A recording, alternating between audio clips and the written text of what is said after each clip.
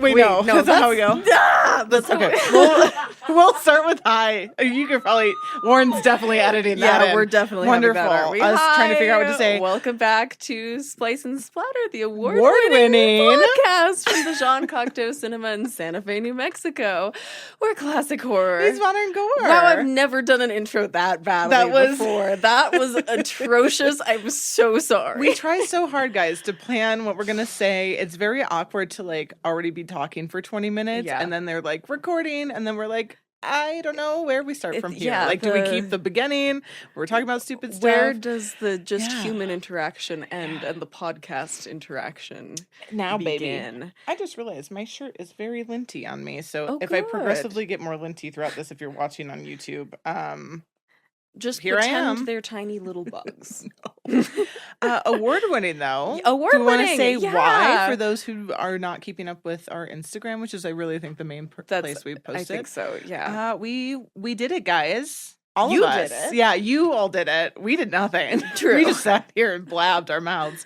But we won the top podcast for 2025's New Mexico Entertainment Awards, which is we weren't there for it. We weren't there for it, but we did send in a silly little video, which was a lot of fun to make. Yeah. And I was genuinely shocked. Like I was too. I did. On the DL, I did not expect us to win. On that Monday when I was like seeing them post a bunch of stuff, and I was like, we did okay. Win. Yeah, that's fine. Yeah, I was like, it was just an honor to be nominated. Yeah, like, truly. People say that, but it feels that way. I mean, this isn't even like that huge of a thing, but it feels huge.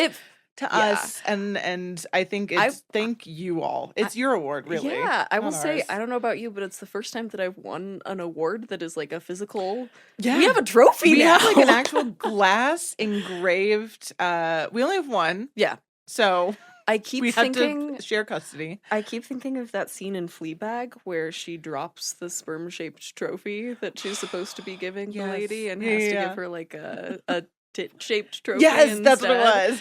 Yeah, and I'm like, I'm gonna do that in our office. Yeah, I'm gonna accidentally break our award, and I'm gonna have to replace it with something terrible, something small and terrible. I did have this fear that I was gonna hand it to you, and it was just I would immediately break it. Up. Yeah, that would be very on brand. I'm not gonna lie, me. it was like my first thought. I was like, I have to like make sure when I give this to Siena that I have to let them know, hey, it's not secured in this box. You know, I think you never actually let me hold it. I did put it next to you on the desk, though. It sat there all day. That's true. And I was very intentionally did not touch it. I'm terrified of it, Al. I don't even think I pulled it out, to be fair. Yeah. I think I just kind of peeked. I didn't want to get my grubby little fingers on it before you could see it. I feel like we need to like give it like a little tiny seat belt or something. Every day we just walk in, we buff it a little bit, you know? We're going to be those people. Anyway, thanks for turning us into those people. Thank you all. To next year. Hopefully more awards to come. But again, it's your award. I think not so much ours. So.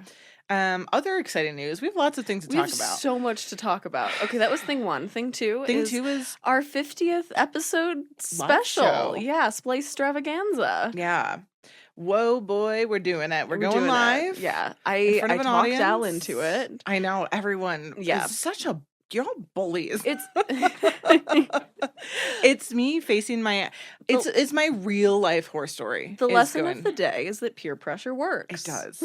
Honestly, with me, it does tend to work with certain things. So we're doing our live show August 16th. Tickets are on sale. We're finally, again, peer pressure. We're doing The Crow. Mm-hmm. The original Crow, obviously. Yeah. Which I'm very excited about. So we'll do a pre-podcast like mini-sode before. So ticket includes us. It includes, and we're gonna have Fitz. It's gonna include the movie, and it's going to include a giveaway. Crow's Nest Oddities is going to be there. Beastly Books ordered a bunch of like OG graphic novels of The Crow. We might have other little special guests there. We're not sure yet. But yeah, so August 16th, tickets are at jeancocteaucinema.com. Come hang out and watch me black out, you know?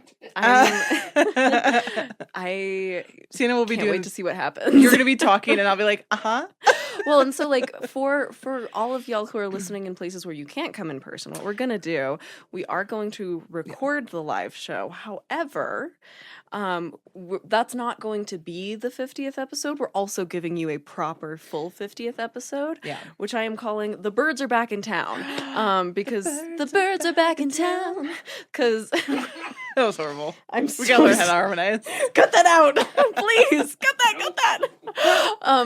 So the birds are back in town. We're doing the crow and the birds. Yeah, I'm so excited. I'll cover the crow, you'll cover the birds, and that so will be you'll out also that get- Monday on our regular schedule. And then I will be holding aside a couple of my favorite tids from my excited. research on the crow that I will reveal at the live show. So people who are here in person will get a little sneak preview of that episode a couple days before it drops. People who are not here in person will still get something else out of listening to the crow bonus show. Yeah. The bonus Cronus. The bonus Um, Cronus. so- No. That was incredible. How dare you? So yeah, it's So many crow puns. so many crow Oh my puns. god. I'm just gonna leave those to you for today. I'm just along for the ride with Yeah. everybody else. So- The bonus Cronus. Holy So shit. so that's the 50th. That's gonna be clan. Warren at the live Yeah. show. Yeah. Oh my god. Warren's gonna be War our crow. bonus. War crow. Yeah. If you come to the live show, you'll find out what that We'll all be in means. outfits. Yeah. Yeah. Very excited. We'll post Yes. online. Yeah. Another thing, sorry guys, we're gonna be blabbing. Yeah. Another thing, we're also, this episode is Yes. technically a collab with the is. Santa Fe Bug and Reptile Reptile Museum. Museum. So we are doing a screening of Phenomena. Yeah, and they're bringing little critters. Yes. And they talked They're- about maggots yesterday, so I don't know if those They're are gonna not be only there. bringing little critters, they are going to try and like recreate the forensic entomology lab from the I love movie that. in the cinema lobby. So Yeah. like, come see that. It's going to be And that's amazing. August. Tickets That are on is sale for the that now. 9th, I want to say. Is Yeah, that right? so Help. you have a It's couple a days. Sunday. I know it's a Sunday.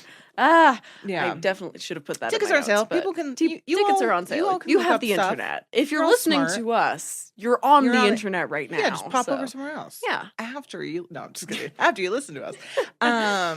But and we're doing a behind the screams. We So we're are. actually going to play with creepy crawlies at their Yeah. museum. So our behind the screams episode is That'll coming come out this week as you're listening. Yeah, I'm so Um, excited to go play. And when we said we were doing arachnophobia too, he was like, "I have lots of spiders." I I'm like, "Yes." know. Do you like spiders? No. I like tarantulas. I love tarantulas. I held one tarantula once. Thought I was gonna be. I really wanted one as a kid. Should we like pop in? I feel like that's our kind of it. I feel this feels we like have a some good other teases, segue. but yeah. I was actually thinking to myself today. I was like, I don't know if Siena likes spiders or not. I love Do spiders. you like little spiders? I do. I like all spiders. Okay. Is there See- a spider you don't like? There are lots that I don't like, so I will run you through after I hear. Okay, I have much more of a thing with centipedes than I do with spiders. Oh yeah, who likes the Like motherfuckers? centipedes, I'm millipedes, sorry. anything with like more than Millipedes are 8 cute. legs, I struggle with. I also had Millipedes have like little mustaches on the go. True. Don't they? Sinister Put little little googly eyes on them. mustaches. You won't be that afraid anymore. Little top hat. Ow! I'm sorry. How am I supposed to think now? All I'm going to be picturing is a millipede in a top hat this entire episode. that Oh cute? My God, I love it. Yeah. You might have just cured my fear of millipedes. Centipedes can genuinely. fucking die though. Centipedes are terrifying. Okay, Sorry. I need to talk to Wade from the Bug Museum about this because it was an 8-legged creature. So I'm assuming it was a spider, but its like body looked like a stick bug, but with 8 legs, and it moved so fast, and it just appeared in my house for the first time like a week ago. I've never seen it before. I'm terrified of that thing, whatever that is. But apart from that, I had really good exposure therapy as a child because my mom did not want me to have pets as a little kid, but like being a kid, I was desperate to have pets. Yeah. And so at one point, You just leashed a bug. it's so much worse, Al. Oh no, I'll tell it. We'll tit for Fantastic. tat on this one. Great. My mom, when I was, I think, about 9 years old, found a male black widow in our house. And we put him in a terrarium, and his name was Rocky. Oh, And we kept him for like several months. And he was Whoa. like one of my first pets. that's And cute. then, terribly enough, we released him by the library, which I'm not sure why we thought that was a good idea. honestly, but black widows kind of just chill. You know, That's you don't fuck true. with them. They're like, we're good. that's the thing. And that's how That's I why I feel like about them. most spiders. So like I encourage like a large number of predatory spiders in my house because I know that they'll They like eat eat the bad- they'll eat the bad stuff. Yeah. Like anytime I see, I know daddy longlegs aren't technically spiders, but Yeah. Those fuckers just chill. I love Yeah. daddy longlegs. Yeah. Adore daddy longlegs. Yeah, I don't mind like house spiders, like little white ones. Daddy longlegs can just Mhm. fucking like whatever. Yeah, I they're grew chill. up with wolf spiders. Oh, Those I think they're motherfuckers so go- cute. Yeah, they're cute until all of a sudden, I have so many bug stories, so They I'll do try and move keep it very brief. fast. They move so fucking fast. I remember getting ready for like, in my bedroom, my little vanity, getting ready. All of a sudden, what's that? I don't know. A big fucking spider running across all my shit. Where is it now? I don't know. How? And then I also slept with my bed under, like, I had a slanted ceiling growing up. And so it was very, like, low over me. And so waking up and those motherfuckers would be there. They were just fucking everywhere. And then, but I did like to feed them. Of course. So we had, like, some corners of spiders. Designated spider corners? Yeah, and I would throw an ant in there, you know? That's really One summer cute. we decided I can't feed those things anymore. He got so, I mean, size of my palm with his legs. Oh my god. They were like my hand. Oh my god. And my mom was like, "You're not fucking allowed to feed those fuckers anymore." You So made I stopped. An obese spider. That's incredible. Yeah, the general from the Arachnophobia is basically what I was raising. I'm obsessed. I was obsessed with bugs though. I love Yeah. bugs. I had one summer where I took an old Adidas shoebox, lined it with cellophane, dug up some worms, and I slept with that motherfucker next to my bed for like the entire summer. I had my little worm friends. Oh, Had a your June worm bug friends. that I kept for a summer. He died, put him in a little film canister case to bury him in my yard. Yeah, I'm a very big bug, but spiders. Did you give him a Juneral? Oh my god. Thanks so much for listening to Splice and Splatter, the podcast. Yes, I did. I also tried to crack that bad boy back open because I felt bad. Smelled horrible. Don't ever do that. Yeah, Bug bacon in the sun. But yeah, Ugh. spiders are, if they don't move fast, like a little jumping spider I can do now. TikTok, I think, has turned people onto jumping spiders. Have you seen the ones that have it look like jack-o'-lantern faces on their backs? Yes, those are cute. I love those. But again, just don't run. Yeah. And then last night, watching Arachnophobia, right at the height, I think a dust bunny from our fan fell. I have never flown up from my couch so fast because I thought, no way is a spider landing on me right now. You had a full William Castle style experience. Oh, yeah, absolutely. I love that. Absolutely. So, anyways, before I get too deep into my bug lore, That's adorable. I am excited to hold those critters. Yeah. But I will not be holding the small, fast ones. I want That's the big, fat, slow ones. I love a big, fat, slow spider, but I could probably hold one of the fast ones. I think I could do it with supervision. Yeah, we'll leave that with you. Yeah. So you can all look forward to that. We're also going to be doing one other behind the screens coming up that is we can't say anything a yet. special secret surprise. Those of you who come to the live show right there, may, too. I think, get a little sneak peek. Yeah. Hopefully, knock on wood. Yeah. But yeah, so there will be 2 coming out in the near future. Yeah. Very excited. That I think y'all are going to be really excited for. So many fun things. Busy. Dive in properly. All Let's right. Do you have a tidbit that you want to? I do. I was trying to actually connect. The reason why I fumbled so hard when we started recording, I didn't know what to say, is because I was trying to connect to the internet. Because I can't remember his name. I think it's Trevor. I don't know. Here it is. I have a connection. So I was gonna save my tidbit for when I actually talk about it, but I thought it was a fun connector. Nope, didn't write his name down up here. So we'll find his name out later. Great. But the composer of Arachnophobia, of my film, also composed The Labyrinth, which stars Jennifer Connelly. Yep. And I thought that was such a fun. That's fascinating. Yeah. I'll tell you the other things he composed when we get to my episode. Wild composer for this, but yeah, I was like, holy shit. I was like watching, I was like, wait a second, there's my tidbit that actually connects our films.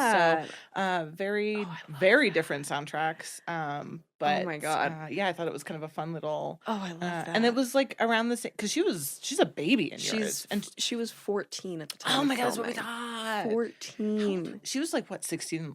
Was Labyrinth before Labyrinth this? came out in 86. This came out in 85. So Labyrinth was so it was like at the same time. So yeah, damn. Yeah. So I think she was probably 15 filming Labyrinth, I would guess, something around there.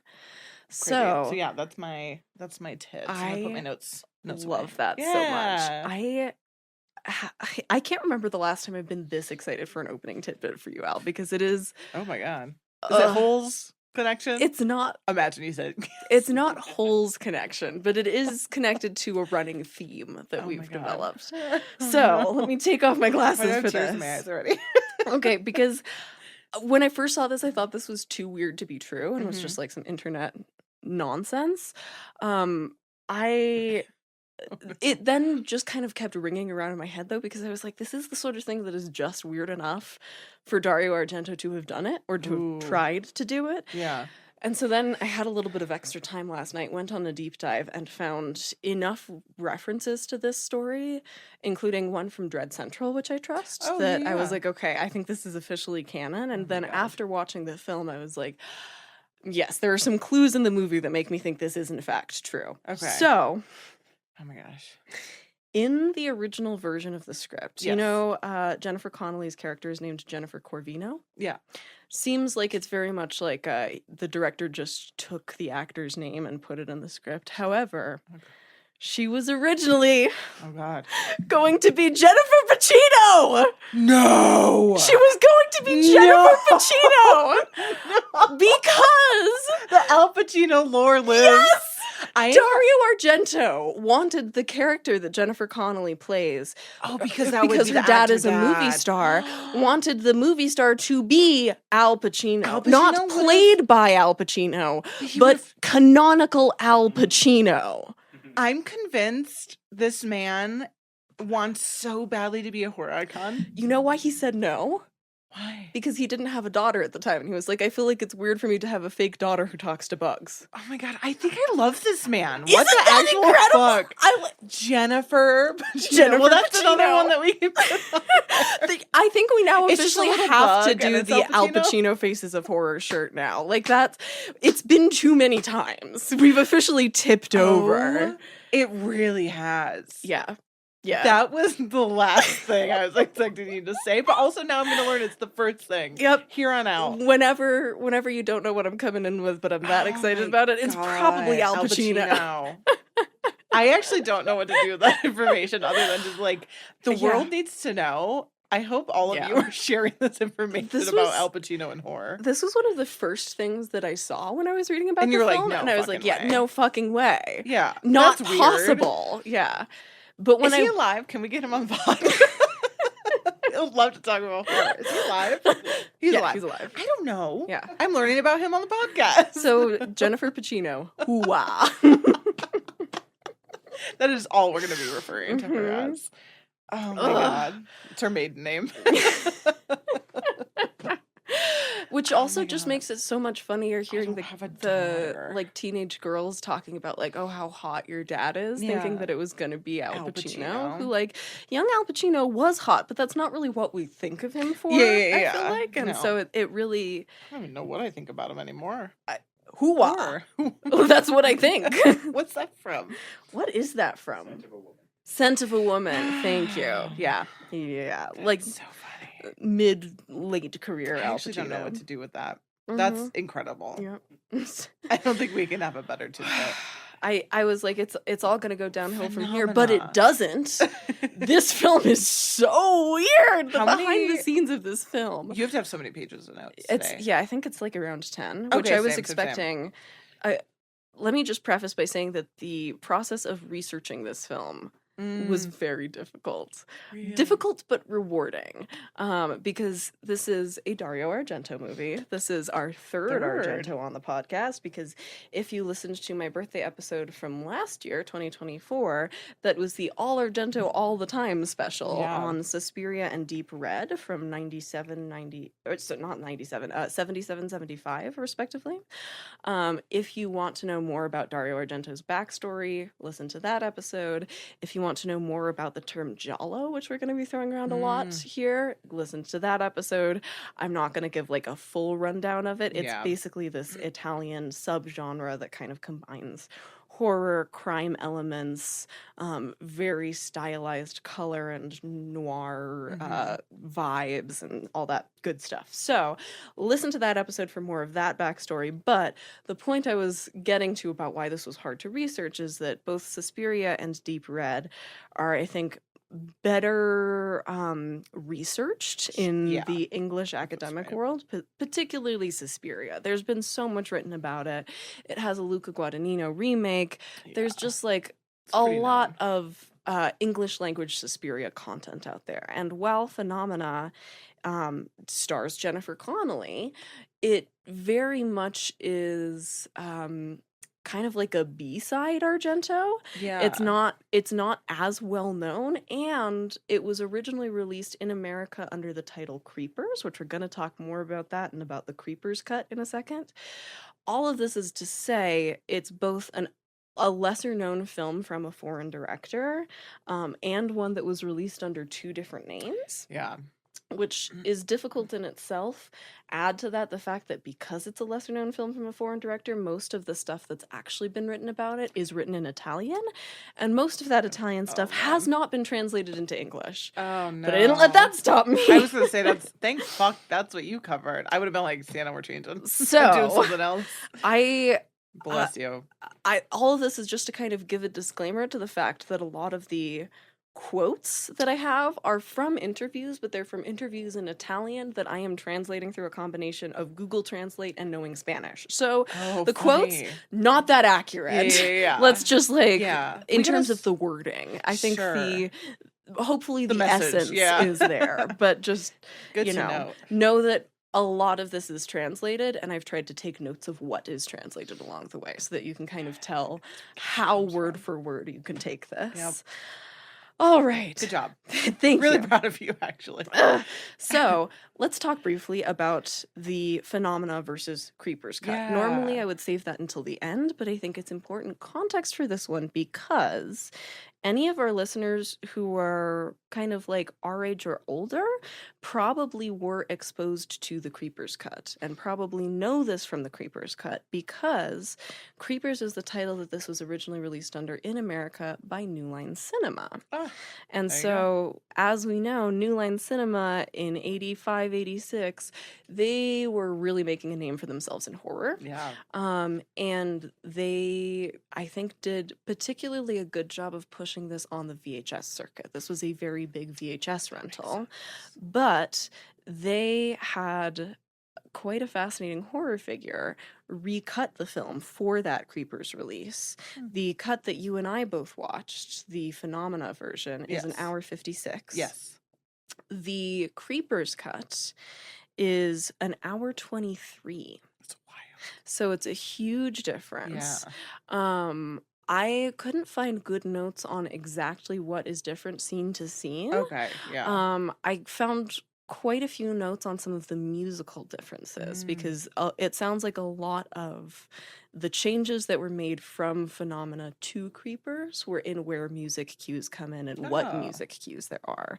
Which, because of that, I'm like, I think it's pretty important to stick to the original, given how much the score of a Dario Argento movie sets the tone of a Dario Argento movie. I'm wondering if I watched the wrong one. Oh my gosh. I watched an hour 56 though. I just watched it in English. That's the correct cut. Yeah. Okay.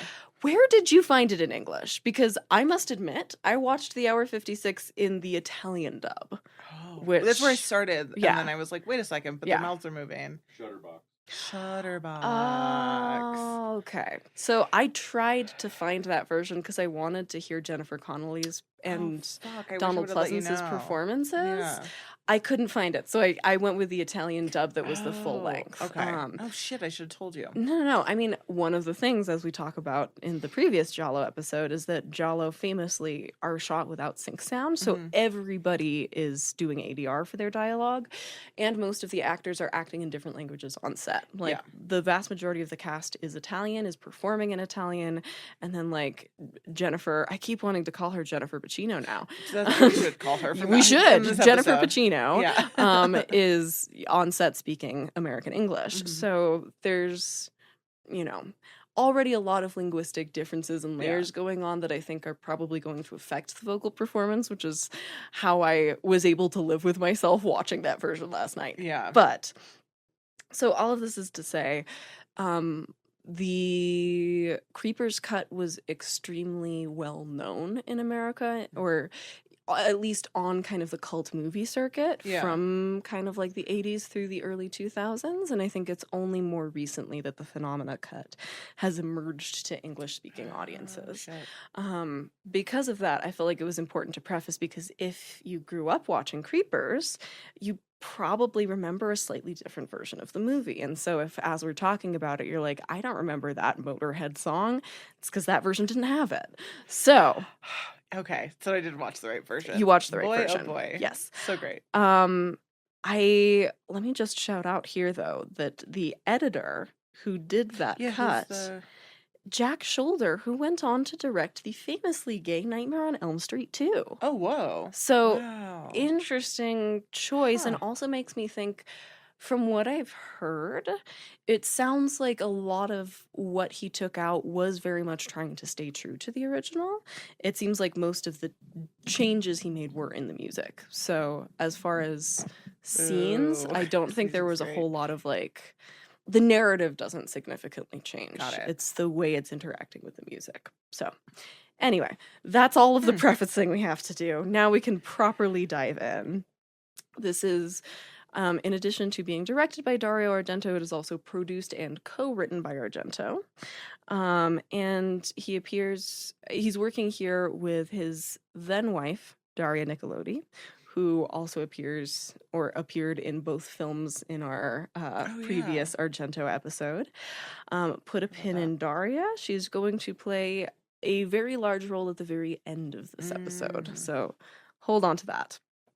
Argento's co-writer here is Franco Ferrini, who goes on after this film to become a frequent collaborator. They work on some kind of key mid to late career Argento, like Opera, Trauma, Dark Glasses, which is one of his most recent ones, because he's still alive and working. Oh man, I gotta see that one. I'm curious what the poster looks really cool. I have not seen it, but it's a very throwback giallo style poster.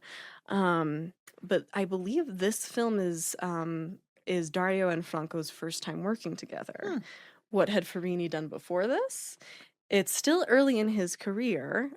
He'd done a few other jolly with other directors, including Demons, which comes out the same year as Phenomenon, is pretty popular among giallo fans. But he'd also done a little Sergio Leone, Robert De Niro flick, Once Upon a Time in America. He wrote the script for that, and it came out just 1 year before this film. Okay. Which is also where Jennifer Connelly makes her primary debut. She'd, I think, had 2 tiny roles before that, but playing young Deborah in Once Upon a Time in America was kind of her first kind of beefy performance.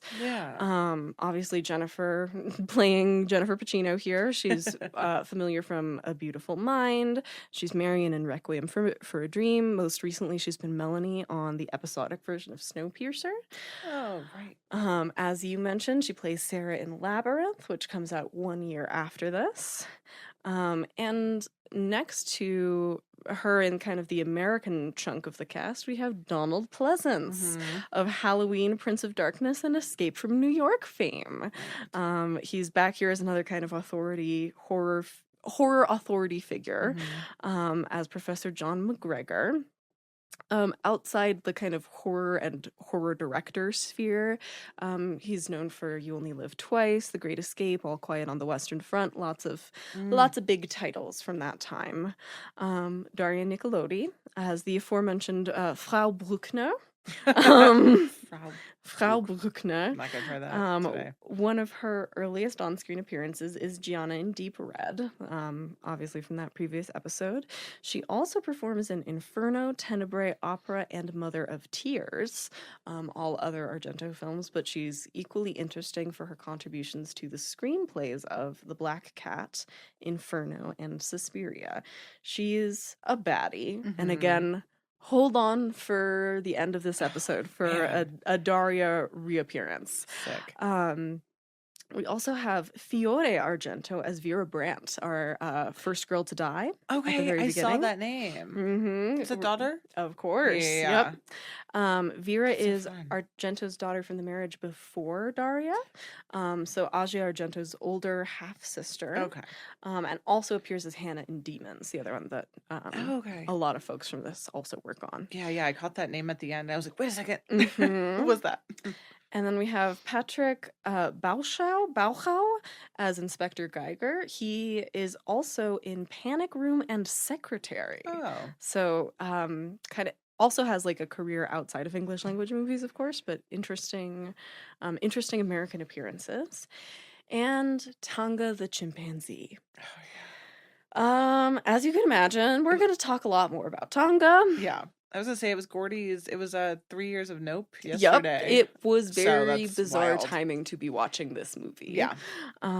So this was Tonga's second and final screen appearance after 1982's Bingo Bongo, which was also written by Franco Ferrini, Oh, who wrote Once Upon a weird. Time in America and Love this. this chimp. So Tonga had an in, which I thought was kind Yeah. of funny. I think Tonga's in Chimp Crazy, that docu-series I was talking about. That too. makes sense. Yeah, Do you remember why?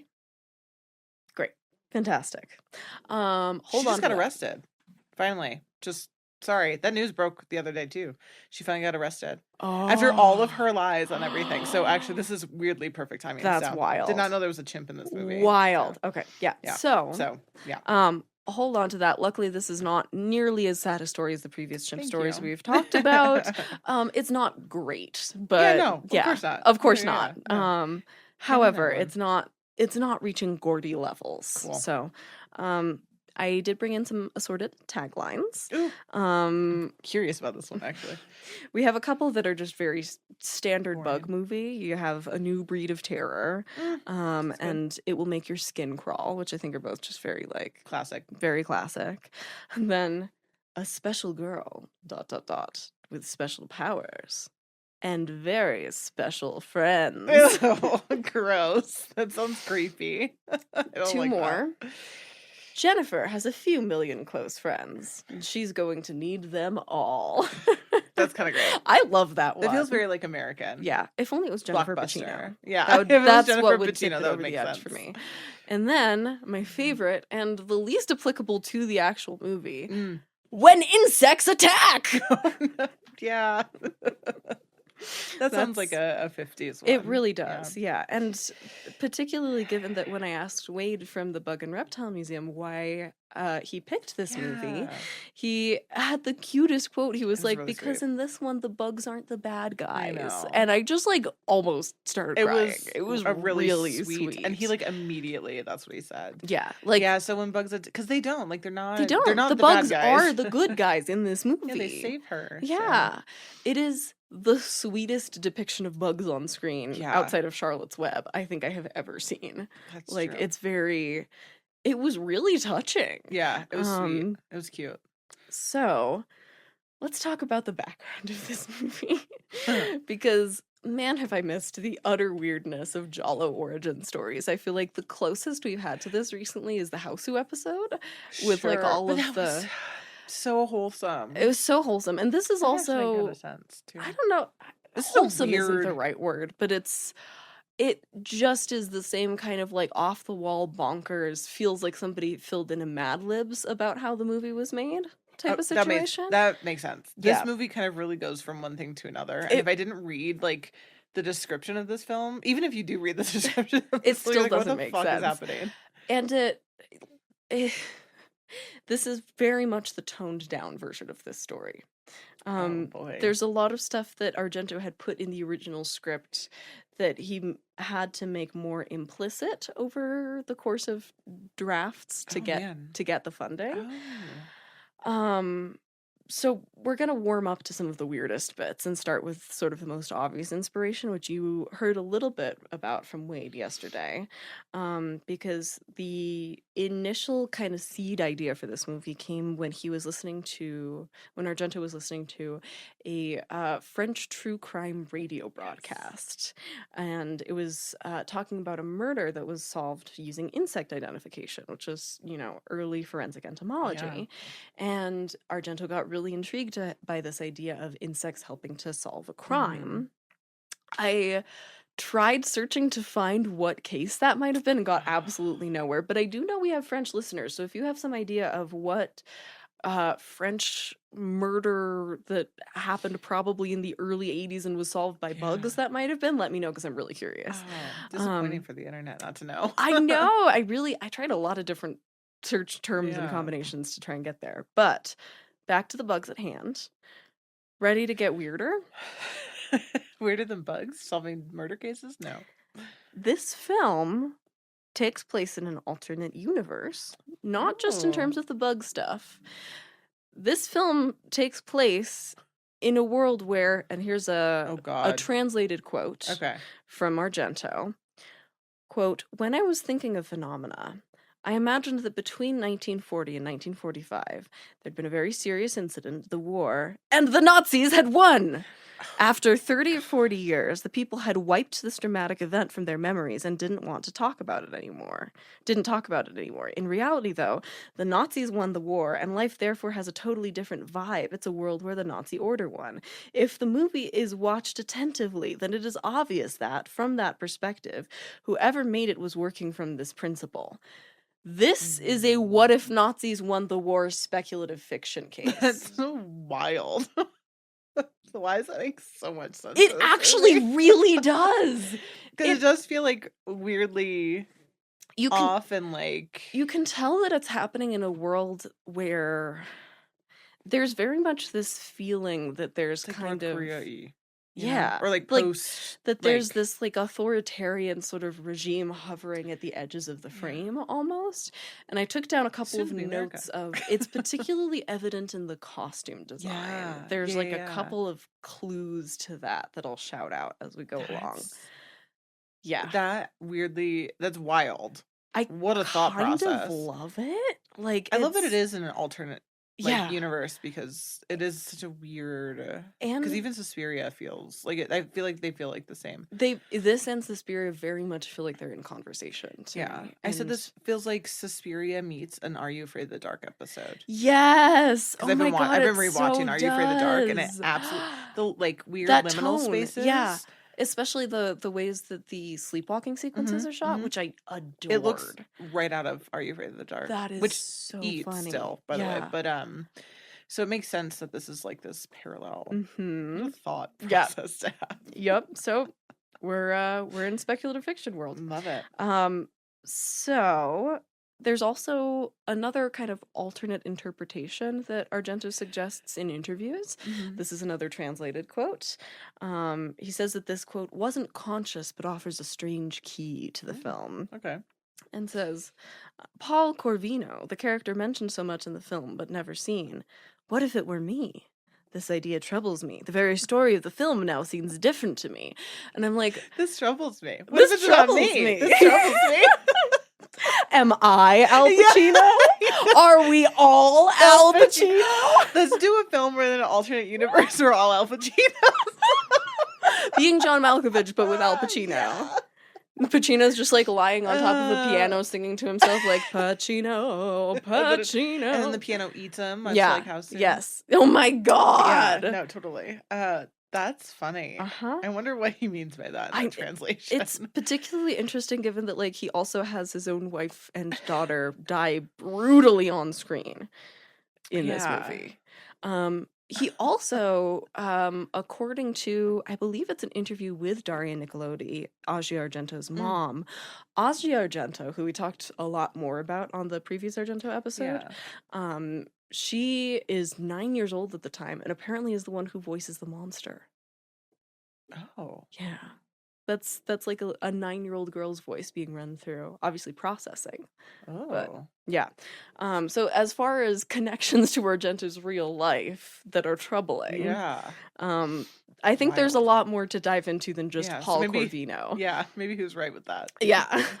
And I love that he's like, oh, none of this was conscious to me making the movie, he's but like, now it occurs to "Oopsies." me and it troubles me. He's like, maybe I should go to therapy. I don't know. Yep. I'll just make another movie. Oh yeah. No, I'm just gonna keep making movie about making giallos about it. Making jolly. Yeah. So Argento really wanted the scale of this film, particularly in terms of special effects, to kind of compete with it / maybe be a bit of a fuck you to the American studio system. It was very much intended to be like a I can do it just as big type of thing. And it felt that way. So It feels that way. I am so curious if you can guess what the budget was, because I thought it was going to be impossible to find. yeah, and it wasn't. I did find it, but I had to do 3 different conversions. Okay. So Sure. and I'll walk through that math afterwards, but Oh my god. What was like Suspiria? Do you remember what the budget I don't was think on we that? were able to find budget for either of those, which is part of why I wasn't expecting to for this. I'm gonna say, and this is probably me overreaching, 5 mil? Higher. Really? Isn't that Whoa. wild? Wow. This 10? It's around 10 million. Wow. In today's money. In today's US money, I if guess my it, calculations like, are it correct. appropriately feels that way, you know? And with everything, it feels kind of high though. It But it both is feels bigger. high and like, how did he do all of the things he did in this movie It feels on that, like the pyrotechnics alone? Yeah, it feels big. It And really the special does. effects are amazing. And I think an American movie that had the same quantity and quality of Oh, special they'd have effects. like one actor. Yeah. They'd be able to afford one person. Yeah, like it would have had to be twice that budget. Yeah. It would have had to be like 20 mil. Actually, that feels yeah. It's kind of it'll be interesting actually now talking about budget for Arachnophobia. Oh, I'm in so conversation, 'cause curious, they're especially very- because it's only 5 years later. Yeah. But Hollywood, and again, this whole thing is like his fuck you to Hollywood, and he's Yeah. like trying to bring out all of the cranes and all of the technology he possibly can. Yeah, and they feel like very similar scales. Mhm. So Oh, yeah, fascinating. in that for when we get to mine then. 'Cause that's actually Um, 10 mil. Oh, yeah. Good job. So, how I got there, I found an interview where he says, because at this point Italy was using the lira, which is now obsolete. So, it's in a currency that no longer exists anymore. Yeah. So, he is quoted in an interview saying that that cost more than 6 billion lira. Okay. And I'm like, okay, 6 billion lira in 1985 Right. would be around $3.142 million. And then you convert that into today's US dollars and it comes out to 9.4. So Sure. that's kind of Roughly. around somewhere in that general Wow. area. I'm sure that there are people out there who are experts in lira conversions who could get that a little bit more Yeah, precise, let but I us think as a know. ballpark that feels Yeah. believable Mhm, to me. mhm. So as I mentioned, Jennifer Connelly, 14 years old at the time that she's doing this, and I found another hilarious, poorly translated quote from Argento about this, where he says, "And little Jennifer Connelly, 13 years old." He's talking about the age she was when she Yeah. was cast. "A gigantic role, extremely difficult. I thought it would take shoulders as big as Schwarzenegger's to support the weight of this film, and I didn't suspect Jennifer had such strong shoulders." Oh, that's so It's kind of adorable, sweet. right? Also, that's a wild translation, but yeah, she's just such a She's baby, great, and she's so her. You watch modern day interviews with adult Jennifer Pacino. She does not like this movie. She does not look back on this fondly. She thinks it's garbage. Like she talks about it as like an unintentional comedy. Yeah, you watched her dubbed, right? Yes, yeah. Yeah, even she's dubbed in mine, Right. too, but But dubbed by herself. It's I'm curious very how her performance was, because I actually found the flat. Italian performance pretty believable. Yeah, it's flat. I wonder Flat. if the Italian dub was better, because It they might might have be. gotten an older performer. They could play around with it a little bit more versus Yeah. like trying to match because you got to think your focus is like matching the words. You don't have to worry about that. You And can especially kind of at perform. 14, you're not going to be. It was flat. That's so interesting. Yeah, because I actually. American critics were particularly hard on the performances in this movie, and a lot of them were like the chimp was the best actor, which like Tonga's great. Scene Let's be stealer. real. When Tonga he's pushing the little does steal every wheelchair and he's scene. just chewing on the. little Yeah, handle. she's so cute. Yeah, She's, but yeah. I think it's because she was like 14 to be like It's a lot. diving over yourself. Like you got to be like, what the fuck? Which now I'm like, maybe I'm glad I watched the Italian dub. It might have actually been better. Yeah, I kind of want to watch some clips, so I get why she would feel that way. Yeah. She's the only one that I was able to find any kind of behind the scenes cast and crew quotes about, but I did find an incredible quote from Argento talking about how he saw himself on set, which it's a me. Oh my god. Okay.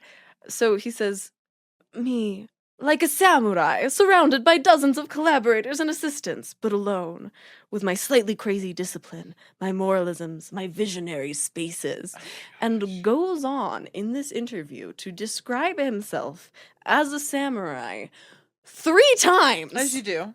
3 times! And that I know is translated correctly because it's just samurai.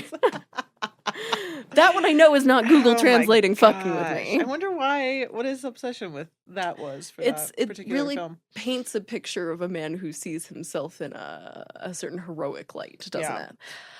Meanwhile, lest we think that's as weird as the descriptions of Argento get. Oh, no. You saw this on my story. Yes, I was going to say. Now I get to tell the story to Travis and Warren.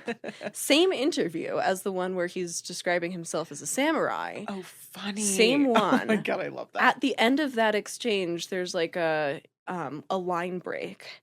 And then the interviewer ends his article with like a little like address to Argento, but not like kind of like to the reader style address to Argento, sort of like wondering philosophically back on the interview he's just participated in which he addresses Argento. He says, "E ora che tutto è finito, che farai, Dario Gattino?" And I'm like, is he calling him? What does that mean? And so I type it into Google Translate. He's calling him Dario Kitten. The interviewer has nicknamed Dario Argento Dario Kitten. I Google Translate this. I then start going through like lists of Italian slang to try and see if Gattino means anything else that could possibly make sense in this context. Nope. Just means kitten. Little kitten. It just means kitten. Our little samurai kitten. And he describes him as a kitten twice in that little address. He like doubles down on it and then calls him like a fragile little kitten in the wind. Meanwhile, he was talking about himself like He's like, I'm a samurai. He's like, the interviewer's like, you're a little kitten. That makes that context. Doesn't that make it so much better? That's what I asked you last night when you came in here. You were like, I didn't answer you. Yeah. So I was like, is there any? Yeah. What was the context of that? Yeah, that I was article? like, I can't. Oh my God, a little kitten in the wind. Little kitten in the wind. That's how I feel this week. And Kitten. It's so cute. Kitten makes an on-screen appearance of his own too. Since as in previous Argento films, he's the killer hands. Whenever we see killer hands, it's Argento's own hands. Which that again, I feel like there's a lot more to analyze in terms of his relationship to the characters. That quote might have been spot the fuck on. Little kitten. Dangerous little kitten. So this was shot partially in Switzerland, partially in Rome. Interior sets in Rome, exteriors and locations in Switzerland. And those mountains looked so gorgeous, which is also, you see the Swiss Red Cross in the background of a lot of shots, which also makes sense. It's interesting. I saw somebody else make this comparison, so I know I'm not the only one who's thinking of this. It kept reminding me of the scene, the Tomorrow Belongs to Me scene in Cabaret, where it's like all of these beautiful green alpine environments and these people singing, and then the camera slowly pans down and reveals these red swastikas. And it very much, knowing the context that this is in a what if Nazis won the war? What if Nazis won the world? Jesus. In what if Nazis won the World War? Context, it very much feels like when those red crosses appear, it feels very intentional. So it's something to watch out for Yeah, as you're watching. Note that actually. So. I mean, it's one of those things where that is very much something I think he had to dial back in the script, where I think it used to be much more explicit in the text that, like, this is a Nazis won the war world, that he then just kind of buried in the production design, the sets, the costumes, all of that stuff. And now that I've watched it, because of course I took my notes before watching the film, I'm like, for all of the wonderful interviews and tidbits I found, there are so many things that I'm like, how did you not tell the story of how you shot that scene? So there are still things that, like, I'm left with these burning questions about, but I did find some good bug details in particular. I mean, that's the episode. So that's the episode. So, as you can imagine, nowhere you could possibly shoot this, be it in the Swiss Alps, be it in Rome, is going to have nearly enough bugs. Yeah. So what they do is a combination of importing bugs, primarily spiders, including black widows. They import bugs and they farm bugs in the area around Rome. So they are raising bugs for this movie, raising, in fact, multiple millions of bugs for this movie, which, again, I'm like, that kind of makes the 9.4 sound cheap.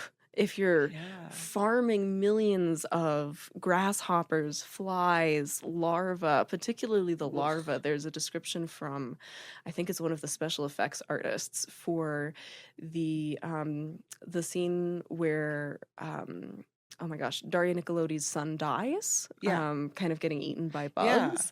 They, Argento was, like, keeping rotting meat at the studio to raise larvae on. And they then, like, covered the actor in, I think it was sucrose, and then set them loose on him. Because, that did not look... It's real.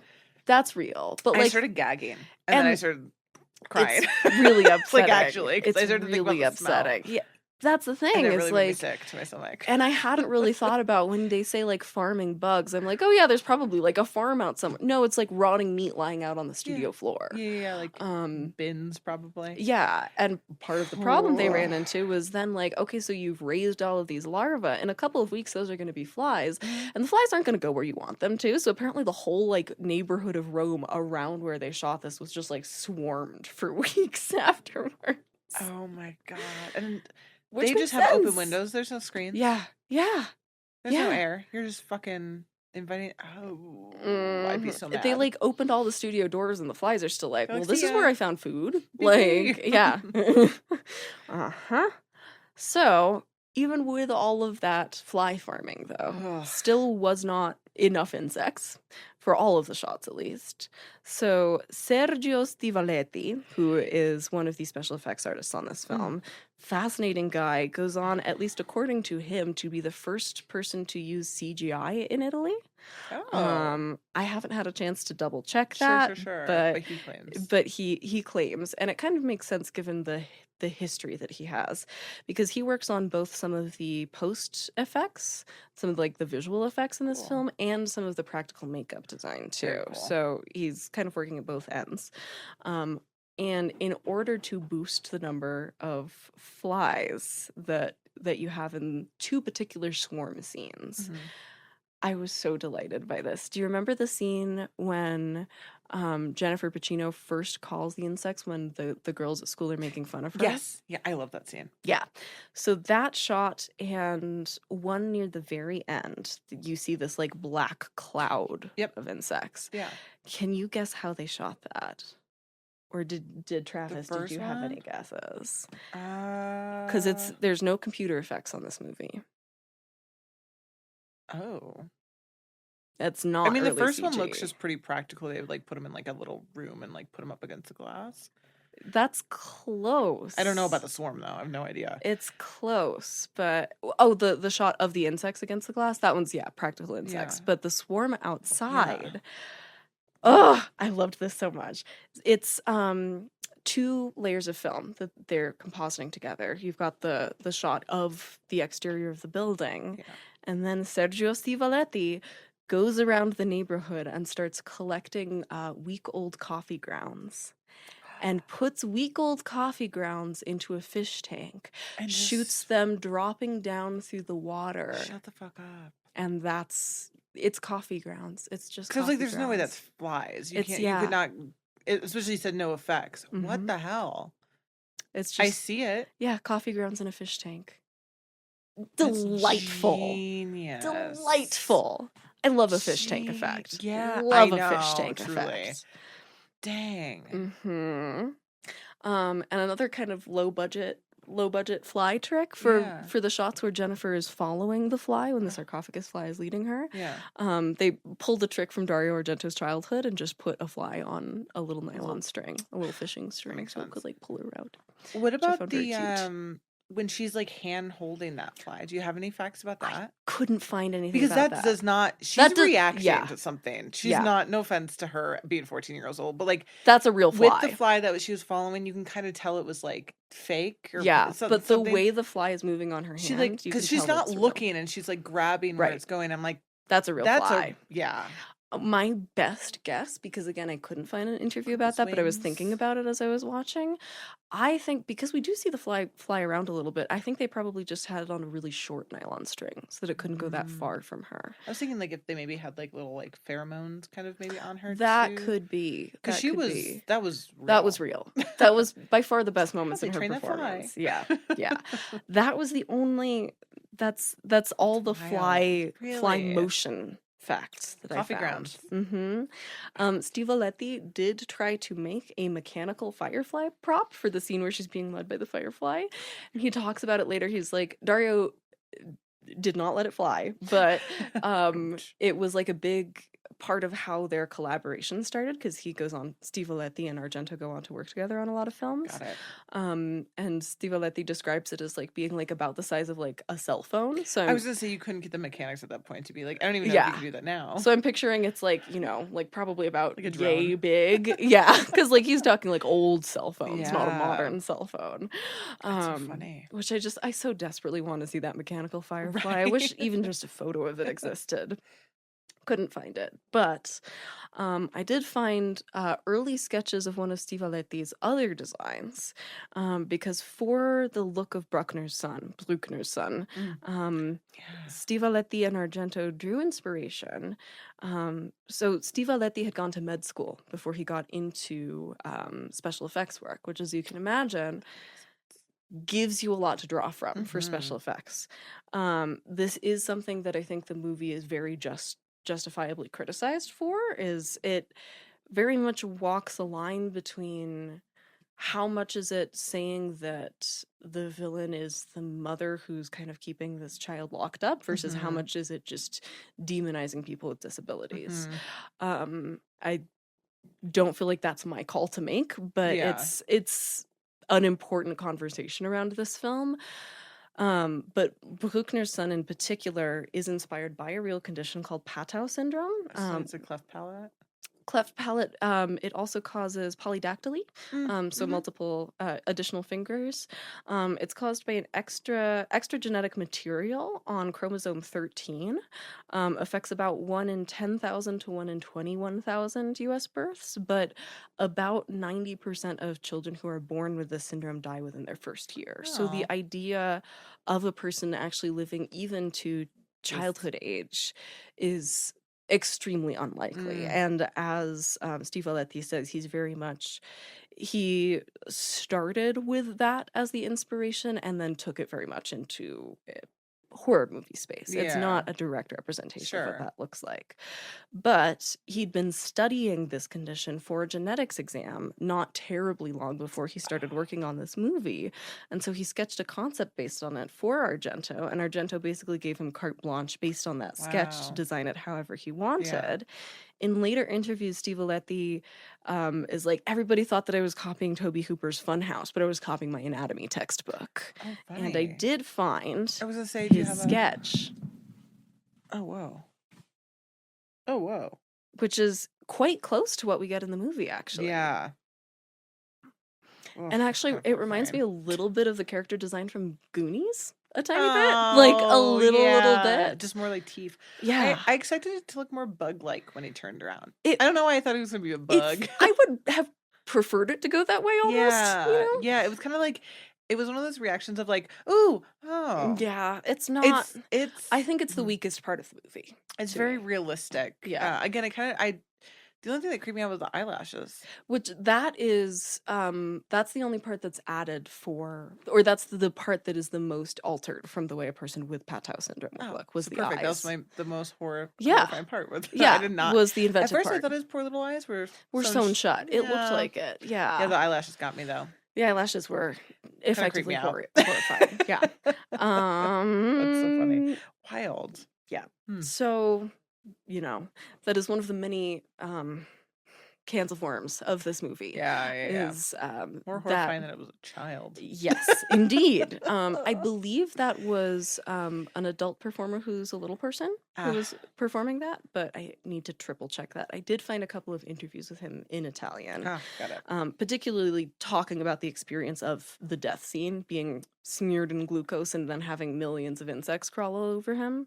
I can't imagine saying yes to a gig like that. Truly, and especially thinking he also has a latex head on. I don't like it's. I mean, at least you have a layer of protection. I guess that's true, but also like it's gonna be really, so hard to breathe. Yeah. Or if you open your mouth, bugs go in there. Yeah, and everything smells like rotting meat. And, just a nightmare. You get certain water on top of it. Oh God. Ugh. Not great. Not great. Never want to be an actor. Yeah. Yeah, I'm good. I think now is the point where we have to talk about Tonga the chimp.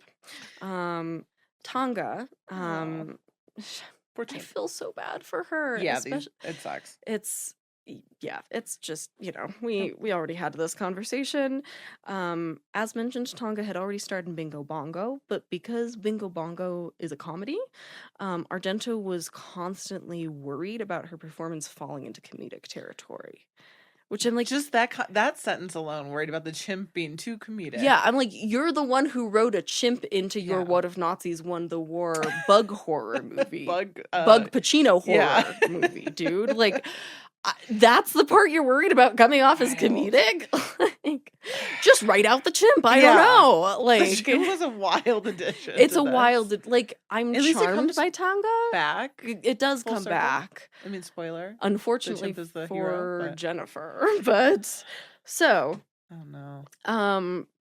As Jennifer Connelly recalls this story on Conan in 2008, and I did not quote this directly because since it's from 2008, it's the year before the Charla Nash incident, and so she's very much talking about it like it's funny and not with like the context that we have now, and I don't want to blame her for not knowing that right now, but also like if you quote it now it doesn't sound great, and so like I'm paraphrasing her story out of kindness to Jennifer Pacino.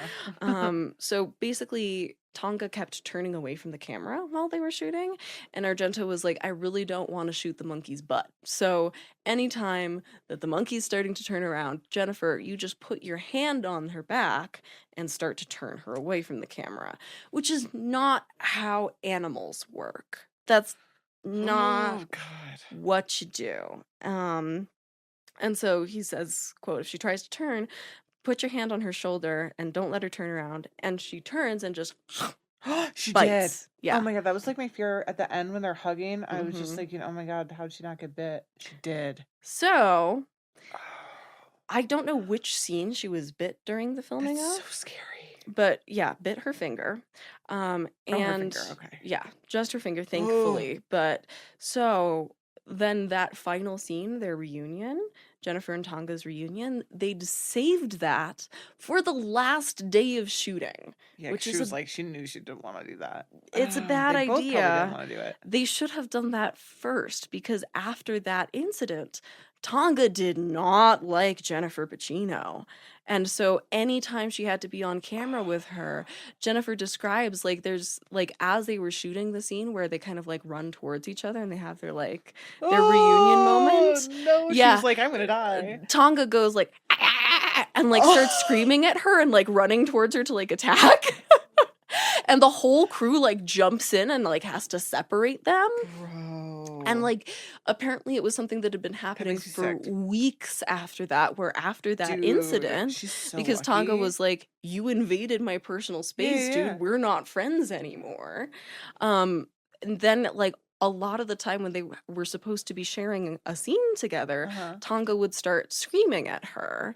And so they had to bring in a stunt double for Jennifer for a lot of the Tonga scenes after that, including that final hug. That's not actually Jennifer Connelly. Oh. Like, at least when they do the first embrace and anytime her Sure. face is hidden, Yeah. it's a stand-in.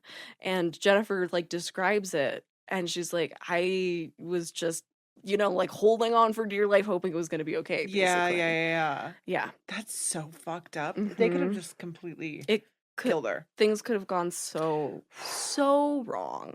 Yeah. And at one point during the shoot, I just feel so bad for Tonga.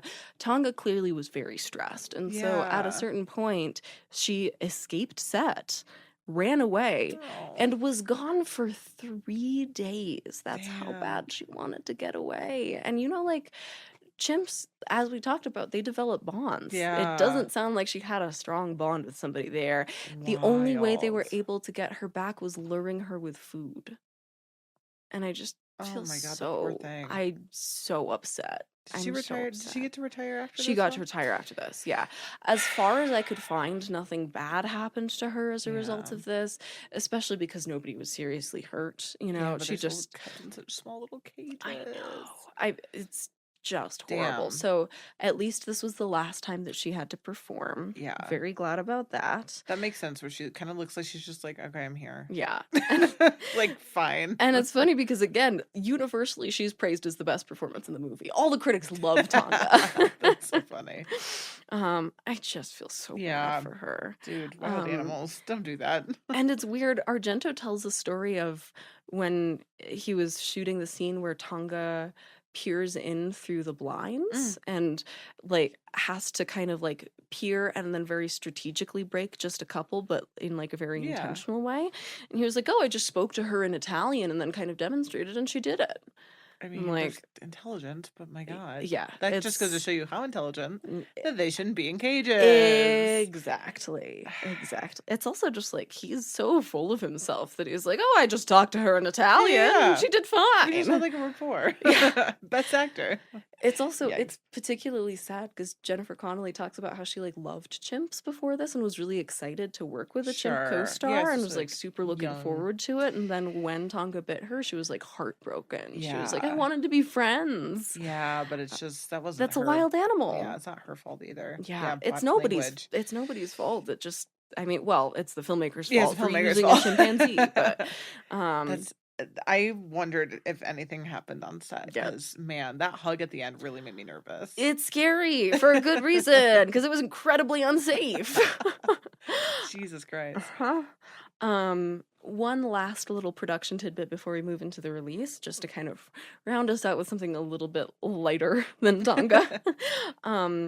Farini, the co-screenwriter, talks a lot about Caspar David Friedrich, the painter, as being a key reference point for Argento's visual style. You probably know him from the painting Wander Above a Sea of Fog, which I brought in to show you.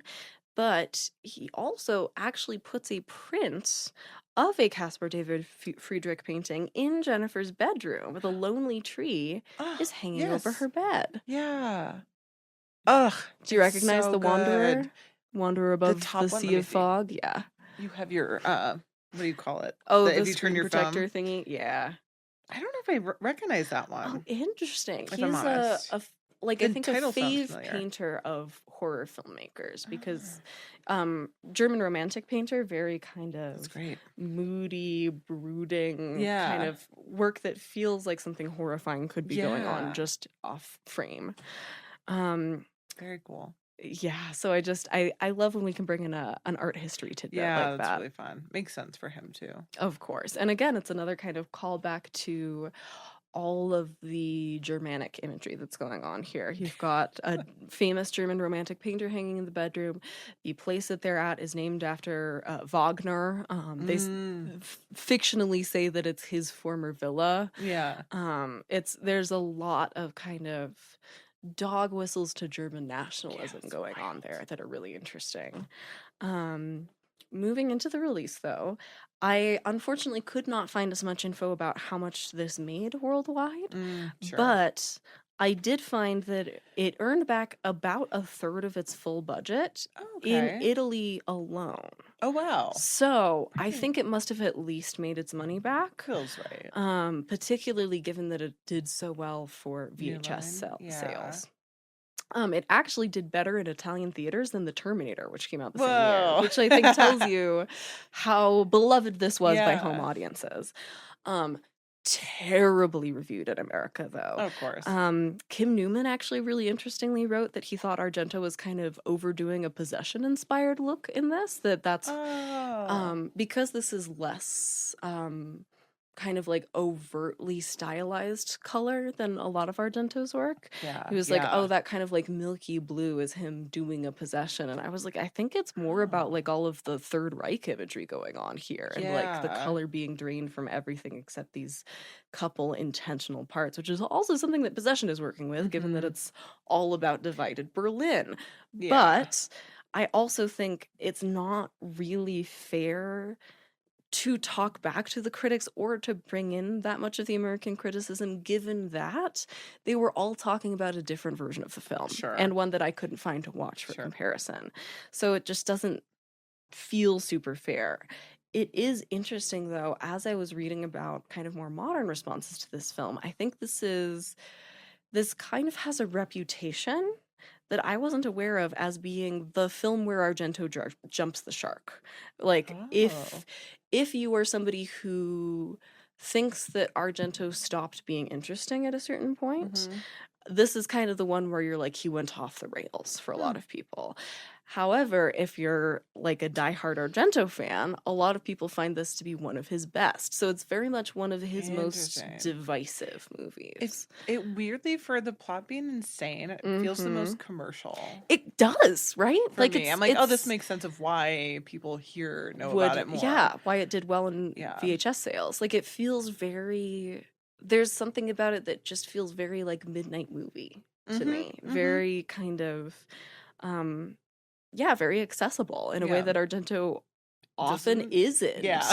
Um, So funny to hear that yeah, divide. and so it's.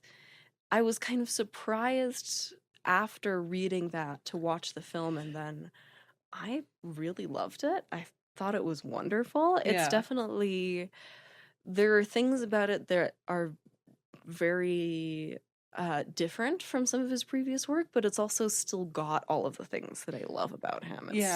It's still got that kind of like sitting right on the edge between too campy and just campy enough, and like playing with it in this delightful way. Let's see, as I mentioned, did really well in VHS rentals. It actually hit number 29 on the top rentals charts in April of 86, the year that it was released.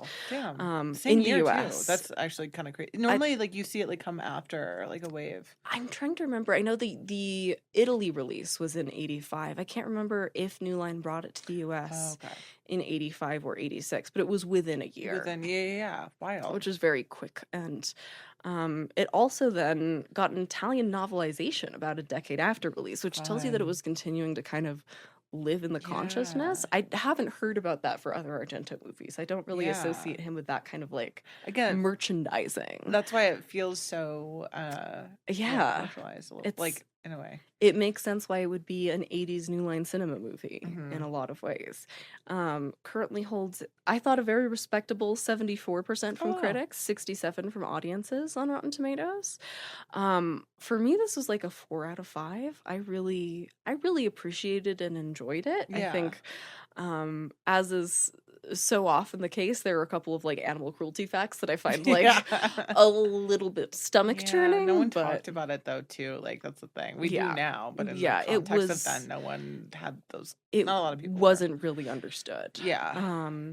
But yeah, I from reading the description and from reading all of the history and like the Al Pacino of it all and the what if Nazis won the war of it all. Yeah, that's an interesting context. I was expecting something much more off the wall and that worked much less than it did. And I was really impressed by how much it kind of all tied together. Did you feel similarly? How did you like it?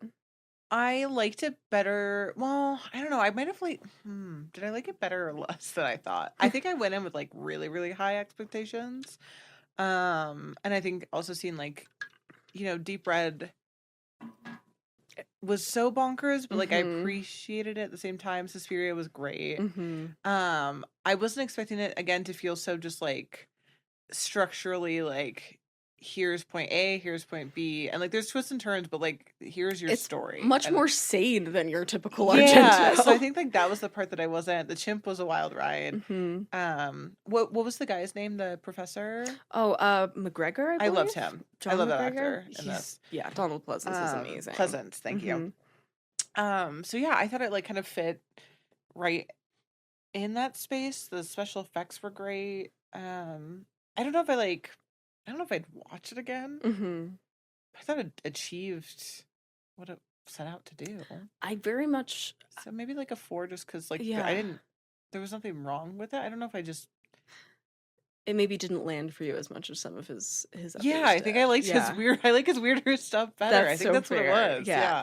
I love it when he's a little bit less intelligible. I do. Yeah. So I think that's maybe what I think I was expecting one thing, didn't get it, and so that's where I think I'm like hitting this wall because like it was great. I mean, she's fucking adorable and like in it, and I was also just so charmed by the bugs being the good guys. I know, it was really cute. I was like, man, this is what I wish my childhood was. I could solve mysteries with bugs. Literally all I dreamed of. The line where Donald Pleasance is like, y'all are going to be the best detective duo that the world has never seen before. I like almost cried. It's cute. Yeah, again, if you like Suspiria meets Are You for the Dark? So I would say go in knowing that. Really and it makes sense. Yeah. I think I was just expecting something a little bit more off the wall, and it was like very pleasantly straightforward in a way. So a weird way. Now we come back around. Oh, we're gonna talk about to Daria Nicolodi. Yeah, I'm so curious about the end because I have this in my influence section because the one person who received this film worse than anybody else was Daria Nicolodi. Really? Because she divorced Argento like basically immediately after this film came out. Oh, that's when that happened. That's when that happened, and is quoted in poorly translated Italian from La Stampa as saying, quote, "The film's tone is unacceptable and reactionary. The good guys are rich and handsome, the bad guys are poor and ugly, and the murders are carried out by a disabled man and his mother. A script like this has my complete disapproval. It goes completely against my way of seeing the world. Dario is the victim of a process of involution. Only if he comes to his senses will we be able to work together again." Wow, mic drop. Oh, I love that she made such a bold statement. Like, right? Nope. Like, I don't even necessarily agree with it, particularly because the thing that kind of redeems it a little bit to me is that the Donald Pleasance character is also disabled.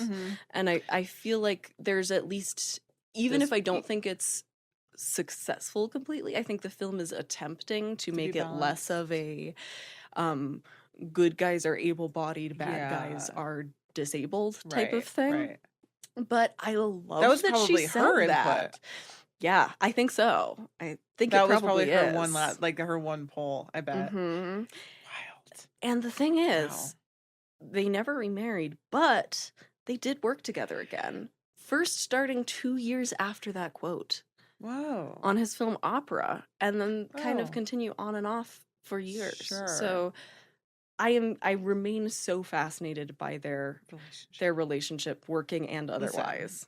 Toxicity really fuels toxicity it's sometimes. So they true. Especially like the creative sphere gets so fucking messy that like I'm sure it was just like fire. And so one last influence that I thought was really cool for gamers out there, Hifumi Kono's early survival horror game Clock Tower from 1995 is directly and openly inspired by all of Argento's work, but particularly by phenomena. And its main character is even named Jennifer. And the character design is very kind of clearly based on Jennifer Connelly in this movie.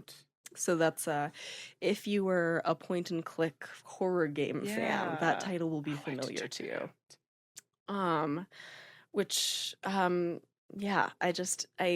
I love that this film, of all films, would be the one in Argento's career that he would be so drawn to, because it is still just as visually striking as like his masterpieces like Suspiria. It is still, particularly, I think, the way that those sleepwalking scenes are shot. There is so much creativity with the way he's using camera, the way he's using lenses, the way he's using lighting to create this sense of like an altered consciousness, which is something that's and that's so hard to do on film in a way that's not cheesy. And for me, at least, those scenes in particular were just like spectacularly effective. I mean, like, where else have you seen, like, a bug vision shot? Like, a bug POV? I was gonna say the bug POV with the little, like, the multiple eyes. I loved that. Isn't that the cutest thing It was ever? so sweet. I loved that, to be fair. Yeah. I don't know, maybe Are You Afraid of the Dark? I think they'd do something like that, You know, you're right. I could see it. Everyone needs to go revisit it. Yeah, That's I swear to you. so funny. Very Jane Schoenbrunn of you. I brought in like a mini film theory rant corner. A bug-sized one? A bug-sized one, yeah. A bug-sized bite. About bugs. Because I mean, I was thinking a lot about like where / how does the what if Nazis won the war if it all intersect with the bugs? Yeah. Because it, I mean, really. It feels very distinct, right? But then I was thinking about it, and I was like, particularly going back to that Argento quote that I gave us earlier about the idea that what he's getting at is it's a world where Nazis won the war, but now we just don't talk about it. It's kind of covered up. We have the one classroom scene, which is always where kind of filmmakers get their moral points across, usually is in a classroom scene if you get one. We have the kids learning a poem about the importance of remembering history.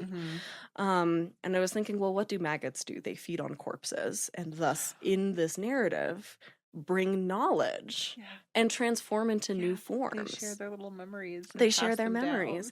And even just on the level of forensic entomology, their presence brings knowledge. When we feed on history, we can transform. We can take on new forms instead of remaining in the stagnant maggot pit of decomposing corpses. Right? But we must not forget, lest we remain stuck in the stagnant pit of decomposing maggot corpses. Where no one wants to be. Where no one wants to be. If you want to transform into a beautiful sarcophagus fly, you've got to remember your history. That's so funny. That's mean, the that best, makes best so much sense. Tie-in that I could give us. That's so good. That's so good. Yeah, and I think that's it's a all. Great place to end. I wanted to shout out. I said that there are costume design elements that that hint at the Nazi regime we're living inside. Almost all of the authority figures, if you look closely at their costume, they're wearing tiny rhinestone-covered little iron crosses. Oh, wow. And the sweatshirt of Jennifer's that her roommate borrows when she sneaks out and gets killed, it has like a German eagle on the back of it. Like a Nazi eagle silhouette. But like done in like an 80s it's glam so funny because style. I saw that, but I didn't know the context at the time because I knew nothing about this film going in. Well, and it just kind of, if you don't know, it just sort of looks like it's a bird. Yeah. But like that, it's like an 80s Nazi I love how style. subtle everything was, though. I think it was like, that's so perfectly done where like you don't notice. I love that then you find out. You don't know and unless you know. back. And then you watch it back and there's all You're of like, these "Holy shit." rich layers to dig into with it. I love that. Yeah. That was, I'm glad he went subtle with Me that. too. Because otherwise it just would have been like. It could have been really gross if it was been done the wrong way. focus when it didn't need to be the focus, right? Yeah. That's not but it does add So a little layer. If you come and watch with us at the theater, Yeah. look out for those sparkly iron crosses. That's wild. Yeah. That's so fun. So that's phenomena. That's Creepers. Creepers. Yeah. Creepers. Wild. Creepers. Yeah. Yeah. I'm really glad that Wade suggested this me one. It's too. been on my list for a while, but I really was delighted by it. Had you not seen it before? I hadn't seen it before. Okay. Oh, yeah. nice. This was Okay, my first time, alone. and it's also it's one that I'd been saving because I had a feeling I was gonna love it, and it really, I think it's higher in my estimation than I would have expected. Nice. Yeah. I've watched 3 Argentos now. You've watched 3 Argentos. We've covered 3 Argentos. I know. We've covered almost as many Argento as Craven, which I love. Oh, God, yeah. Like, we're really... Who's gonna pass? Yeah. No, it was fun and a lot more easy to like watch than I thought, and like the best way. Again, much The chimp more through me, but- accessible. Yeah, the chimp through line was not something I was expecting though, gotta say. Oh, poor Tonga. I know. Shout out to Tonga. Shout out to Tonga. Should we take a break and then come be right back to back? bugs? Yeah, come back to the bugs. We'll be right back. Bug right back. Bug and Reptile Museum is like a miniature Santa Fe zoo and natural history museum rolled into one. They have an astounding array of live insects, spiders, and other spineless wonders, as well as amazing reptiles, amphibians, fossils, and more, resulting in a celebration of life on Earth. Visitors can view more than 50 live animal exhibits, as well as experience hands-on interaction with a selection of gentle creatures. They are a non-profit organization dedicated to education and fostering an appreciation for nature and wildlife. You can find them on Facebook, Instagram, and their website at bugandreptile.org and their funding platform at sfrbm.betterworld.org, and visit them in person in Santa Fe. And stay tuned for a special Behind the Screams with us, me, Siena, and Al, visiting the Bug and Reptile Museum, coming out later the week that this podcast drops. And we're back. We're just like, get on with it. Here we are. We're in I hate going second, so here we go. Settle in with my little drink. I don't know where to. Yeah. You can just Get chill cozy. now. Yeah. You can just listen. Bring all my bugs. We just put a little Some spider of in your them. hand. God, It's not a brooch, it's a real spider. That'd be cute. That'd be cute. I wish we had more time with the Bug Museum too. Planned having them in here. Just have some bugs as guests for the episode. Interview them. That's what I was gonna bring. I have a little tarantula like wall, but it's like brass and it looks very real if you're far away. Damn, I was gonna bring him for the center. Yeah. But Arachnophobia, 1990. You have not. I had not. Had you heard of it? Because I feel like we only from you, I think. I think I've you were talked my about it a first million times. exposure to the concept of arachnophobia. Yeah. Yeah. Which like I feel like basically all you told me was I've mentioned. oh god, what was the movie that we talked about the score feeling like arachnophobia? I have zero idea. Remember. You At all some probably point know. in year 1, we covered a movie that the score sounded like played- arachnophobia. can't I remember remember now. cutting that clip. Yeah. I So yeah, I've remember blabbed that. about it. Yeah, I remember here. that. I remember Daddy Bill Pullman, and that's it. Oh, no Bill Pullman though. Jeff Daniels.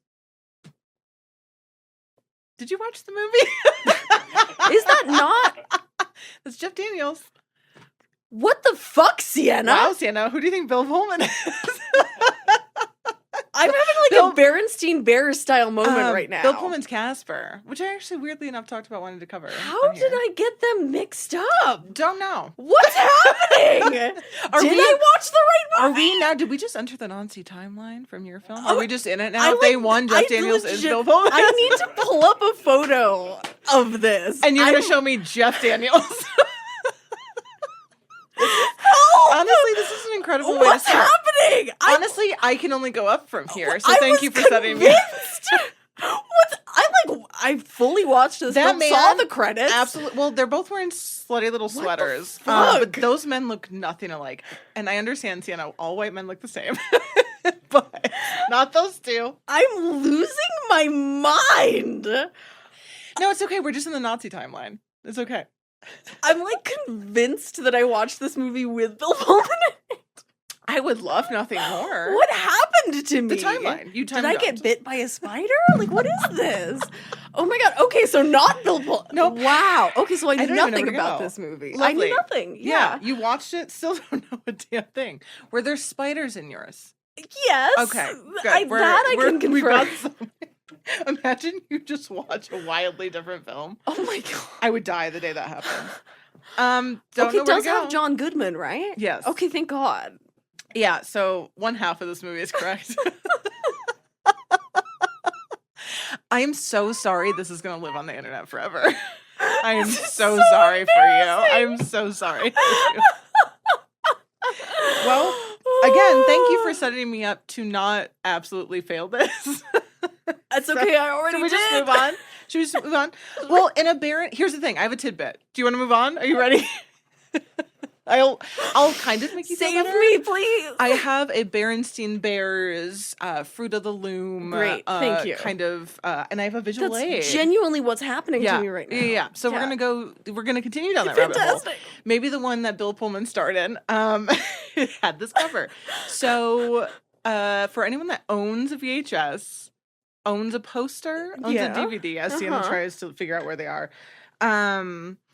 The original poster featured a little dangling spider over the moon, but as I shall show you here on my copy that I got at Morgan Crypt last year, you'll notice it's missing something. No spider. Interesting. So they ended up taking it off. The marketing team decided that it was going to be like too scary or too unapproachable to have a spider. I don't know. I think they just knew a lot of people were afraid of fucking spiders because it's like one of the most like common fears for people to have arachnophobia. So they ended up taking it off, and it wasn't until a 2012 Blu-ray did they add the spider back. Oh, that's wild. And I was like, wait a second. Yeah. I was like, nuh-uh, because you search arachnophobia and that's the image. That's the image you see. For good reason. Yeah, so missing spider until that's wild. 2012 Blu-ray. So if anyone out there feels like Siena, I was like, I thought Bill Pullman, I thought there was a spider. One of you is wrong. The other is not wrong. Sorry, actually, that's a bad setup. There was a spider at some point. They were just like, oh, people might not see this. But I'm like, you took away the entire film. It's like when you take Jeff Daniels out, put Bill Pullman in. Somebody's just been playing an elaborate prank on me and did like a deep fake version of the movie with Bill Pullman's face spliced in. If you have that copy... Oh, I know you would love that. Over. Hand it over. We need a remake with Louis Pullman. Yeah. That man's slitting a sweater too. Mm-hmm. Okay. Moving on. So that's my little tidbit. That's where we start. I do have taglines for you. Great. I'm going to start with a bad one and then the one that everyone kind of knows because I also have a visual aid Fantastic. for that. So again, this was 1990. Mm-hmm. One of the taglines, not as commonly used, but like I think kind of describes where the inspiration came from. Mm-hmm. The suspense of Alien, the excitement of Jaws, and the fun of Back to the Future. Preface, this is an Amblin film. We'll talk about that. Okay, so I think great. they were just trying to pimp out things that they'd done. That makes sense. More common was 8 legs, 2 fangs, and an attitude. Oh my god, it's me. I know. It's like we need shirts. I would wear the fuck out of a shirt. That So says cute, that. Yeah. right? So that's on the posters. It was also featured on a toy that never made it to production. It was supposed to be an animatronic, or like a little remote control, sorry, not animatronic, a little remote control spider. And so this was the little mock-up of the little toy. So cute. And I'm very upset. I found it on like someone's blog. So we were supposed to get what is affectionately called Big Bob, which we'll get into why. We're just going to jump into it. Mm-hmm. So we didn't get a toy. I feel like we were robbed. Yeah. So this is an Amblin Entertainment film. Mm-hmm. Obviously we've talked about it on here, but it's Spielberg. Yeah. Producers Kathleen Kennedy, and then our director of this film, Frank Marshall. Mm-hmm. They started this in 1980, so 10 years Okay. prior. And it's funny, in like a weird little connection, Steven Spielberg actually had planned for this film to precede a Roger Rabbit animated short called Roller Coaster Rabbit. It didn't happen. He was like very upset about it, and I think he like said it in the media. I just thought that was like a funny little pairing of where he wanted to put this. And so obviously Steven Spielberg is an EP on this. One of his conditions for agreeing to this being an EP on this film was that the role of Delbert was to be played by John Goodman. Because, Good choice. Yeah. Which I have a wild casting alternative when we get to John Goodman. Blew my mind. So Steven Spielberg had just worked with Goodman on 1989's Always, and so director Frank was also a producer on that film, so they all kind of like approved, knew of that, and they were like, this is going to work. And fun fact, during an interview with GQ, John Goodman let it slip that when he is driving the exterminator truck, I think in one of the first scenes, Steven Spielberg is actually in that truck with him. Oh my God. And no one knew. And so Spielberg kind of always joked to Goodman that like only we will know that I was in this truck with you. And so it was their little secret up until John Goodman blabbed in an article. But I think that's really cute. It's fun just knowing that he had a cameo, but he wasn't there. An unseen cameo. And then this was actually, so it's Amblin, but it was the first film that they did for Hollywood Pictures, which is a Disney Hollywood Pictures. Oh, okay. And I don't know why they wanted to call it this. Because it was the first film, the advertisers were kind of like unsure of how to market this because they're like, it's a thriller, it's a comedy. So in print, they called it a thrill-omedy. Never to be said again because it was so bad. They really were like, I don't know, let's make this happen. No, it's not going to happen. I'm so mad about that. Yeah. No one uses that term. They heard it once. Like, we're good. A commodore. Nope, that's not great either. You know what? Why don't you just drink your coffee? Just let that shut up, juice. Relax and let me stumble through this. Great. So, like I said, director Frank Marshall, known for Indiana Jones, Jurassic Park, Back to the Future. He was a producer on all of those. From 1991 to 2012, him and Kennedy kind of went off. They had a company called Kennedy Marshall, super original.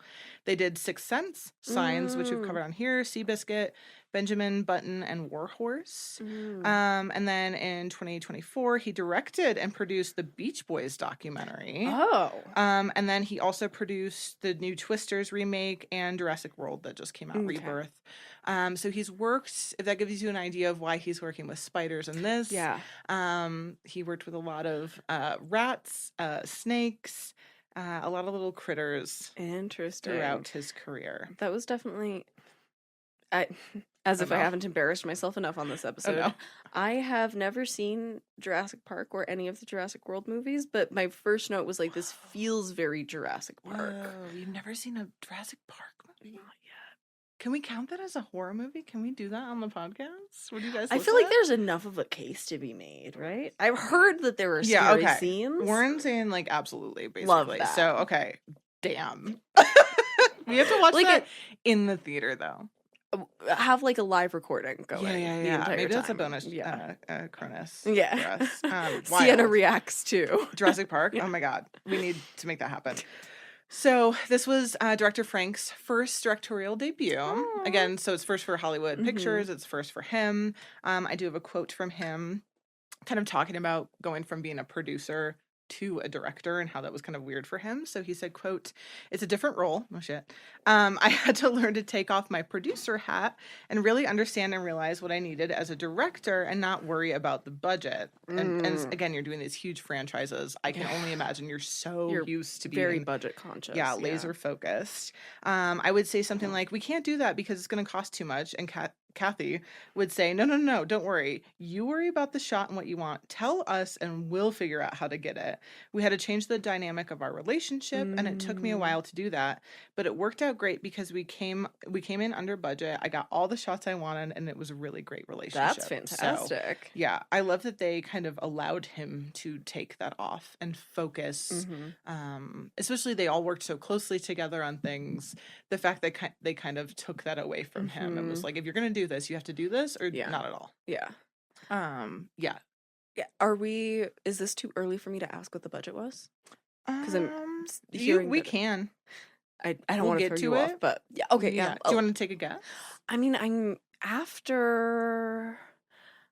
Obviously, this is going to be significantly more than mine. My gut is saying 20. Oh my god, yeah, 22.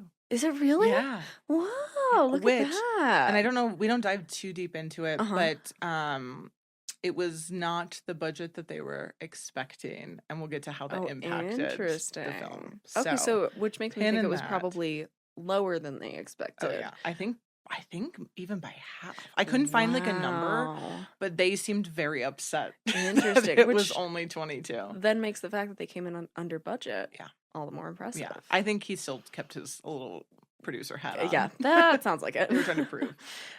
So writers, we have Don Jacoby and Al Williams, not Pacino. They wrote the original. I think Al basically did fucking nothing else. And then Don did like a couple of B-horror stuff, so not well-known people. But then we have a third name that enters the chat. We have Wesley Strick. He came in for rewrites. So these two, Don and Al, kicked it off. Wesley kind of came in. So he had been working with Spielberg on the script for Cape Fear at the time. He got a call from Kathleen Kennedy over Christmas. And she basically was like, hey, do you have any holiday plans? He's like, no, just hanging out with my wife and kids, so I'm free. And he was like, give me a project. So oh my God. He took the job. Wesley recalls, quote, a messenger showed up from Amblin with basically a massive box full of scripts. I had never seen so many drafts. It had been in development for a long time. She sent me like 12 scripts that had been written over 2 years. So he had a lot of material. He continued saying, the early drafts were both funny and horrific. But by the time I got to the draft we were working with, I could see that they had developed the utmost horror and humor, the kind of thing that happens in development because it's often seeking clarity over entertainment. They believe the audience should be spoon-fed everything. So kind of, I think they started to hyper-focus, and then it just started to snowball and like not make sense as a script anymore. Everyone kind of agreed that it was missing something, and that something was humor. So it didn't have a lot of humor in the beginning. That's such a huge part of this film. Huge. Yeah. Again, it's a thrillomedy. Yeah. You know what I mean? So a Commodore. Yeah, a Commodore. So he said that in all the previous revisions of production had probably forgot that it needed to be funny and scary, that those two things work really well together. He says that's why it was beneficial for them to have like another writer come in who had not been working on this and keep like regurgitating the same thing over and over again. So he said they'd probably been worn down over those 2 years of trying to fix, that they basically just needed to throw it out, get fresh eyes, and then bring someone in. He said, what did he say that I liked? He goes, 2 years of research who could fix what he said probably got broken by accident. So I love that he didn't shit on the previous writers, but he goes on to a little bit. So something else that jumped out at him too, which is wild to think about with this film, called Arachnophobia. No one in the original script had arachnophobia. You're kidding me. Which he says, isn't that screenwriting 101? And something I was watching some of the behind the scenes of like this old VHS making of this morning, especially coming from the films that they come from. Indiana Jones, afraid of snakes, has to confront snakes. Jaws, he's pretty much afraid of water, has to like confront water. Yeah, and so there's like all these like, it's kind of the formula. It's like, how did you not get here? Vertigo, they recall too. Like he's afraid of heights, he has to deal with heights. So they kind of were just missing the basics. So thank fuck Wesley came in to save the goddamn day. He said, okay, I have a quote from him again. He said, quote, the missing of anyone being afraid of spiders, that struck me as a huge missed opportunity. It was such low-hanging fruit. I started to question my own sanity. Like, how could you have missed that? So I called director Frank and Kathleen and said, hey, nobody has arachnophobia. Do you not think Ross Jennings should have arachnophobia? And they were both quiet and just kind of said, well, do you? And I said, yeah. And they were like, well, go do that. Wild. That is such a producer turned director thing. Yeah. Like, what does the marketing testing say? Like, yeah. Actually, that's a really good idea. Like, mind blown. So with that, him and Jeff Daniels actually had conversations about this and about arachnophobia. I think it sets up his character so perfectly that I don't know who that character would be without that fear. Like that would be just a cipher. Like, what other personality does he have? I know. He's afraid of spiders. Yeah. So over the course of 3 weeks, Mhm. Wesley took the script, kind of reinvigorated it. He converted his garage into like a little office, and he called what he like punching up the script is what he called it, because again they had kind of the base there. He just went in and fixed, and director Frank kind of talks about too. Again, it like added to the script, and he goes, every morning when he wakes up to put his slippers on, he like makes sure to shake them. So again, adding that fear that I think most of the population has with spiders.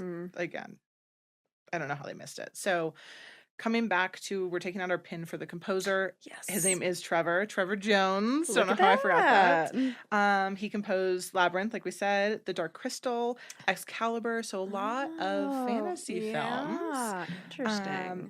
Amblin had never worked with Trevor before, which kind of wasn't like them. They all kind of talk about how much they like using the same crew. It sounds They like have shorthand. Yeah. I think that was like Amblin feels like such a little club, especially with like Spielberg and Kennedy at the head. Yeah. Like, I imagine it makes sense. They keep it in the family, yeah. Yeah, so director Frank admits that Trevor Jones was a last-minute choice. Interesting. They had other composers in mind. None of them could make the schedule work, so they had to go with Jones, which I'm like, I get why they wouldn't, because he has a lot of fantasy background, and then to come into this like horror comedy, does it fit? I think this score is amazing. Yeah, it feels really fitting to the number of tones that it's trying to balance at the same time. Yeah. It has like a little, I don't know, it has like a 90s pep to it. Yeah, it is very 90s for sure. Which I mean in a good way. That's not an insult. This is a 90s comfort movie for me. So I have a quote from director Frank here. He says, his agent sent me a tape, and and this is like, I don't think he was very excited to work with this guy, unfortunately. He said, his agent sent me a tape, and I liked the way Trevor was very orchestral, and I liked his themes. He conducted his own orchestra and was very much in the style that I like to work with on the scoring side. So he came in, he did a great job in a very short amount of time. Trevor wrote a great theme for the opening sequence. He wrote some great stuff. Wow. I know. I was like, there's nothing in there that is negative. He's like, but that sure is not how I would like it's to not be who I referred wanted. to. Yeah. That's what it was. It's not who I wanted. Yep. We already guessed budget, so 22 million. Again, this is where we come into, I think I couldn't find like a number of what they originally wanted or kind of asked for, but 22 was what they got. And because of this, they had to find cheaper actors. So as we move into the casting, that had a big impact on who they wanted for things. Got it. Maybe this is why we didn't get Daddy Bill Pullman. Probably. Because at this time, I feel like he would probably be more expensive than Jeff Daniels. Yeah. So Jeff Daniels at the time, he's Dr. Ross Jennings, as we know. He's most known for, I don't know. He's most known for Dumb and Dumber. Yeah. Which, again, do you know? The Newsroom TV series, Fly Away Home, 101 Dalmatians, live action. Maybe this is like my childhood. Maybe this is why I didn't because the only one of those I've seen is Dumb and Dumber. And that's like such a different character that like my brain just didn't put it in the same category. Sure. Without the wig, I didn't register it as the same face. They're very wildly different characters. Yeah. So at this time too, he was not known. He was known for being a character actor. He was in a lot of indie roles, so they were able to cast him because he was cheap as a lead. I don't know who they wanted. Bill Pullman. Probably. So 4 years later is when Dumb and Dumber came out. So you got to think like he was kind of early. Yeah. And a lot of character actors in this. So when Jeff Daniels came on board to play Jennings, he talked about how it was actually more of a serious horror film that we talked about.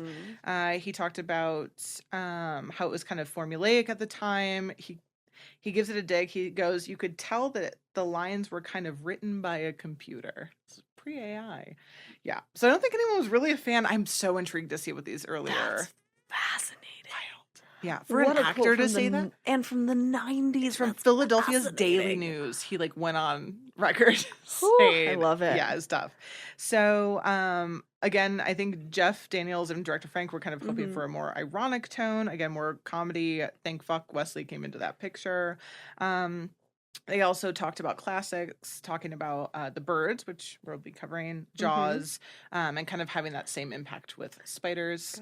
So, I don't know if this is like accurate, but I'm going to throw it out there. A little fun fact because I didn't add it up. It says Jeff Daniels was only on screen for about 20 minutes of the film, which feels wildly wrong. I shouldn't have said that. We're going to cut that out. I feel like that's wrong. That doesn't feel right. We're going to move on. You know what, Sienna? I will forget what you said if you forget what I said. Fantastic. Let's just restart the entire episode. Yeah. Can we? I'm more familiar with my notes now. Scrap that. We got attacked by spiders. None of this happened. I didn't fact check that one. That's why I put like a little asterisk. Should have shut up. We don't learn anything on this. We don't learn to shut up. Our job is to talk. Everyone, shush. I could see it.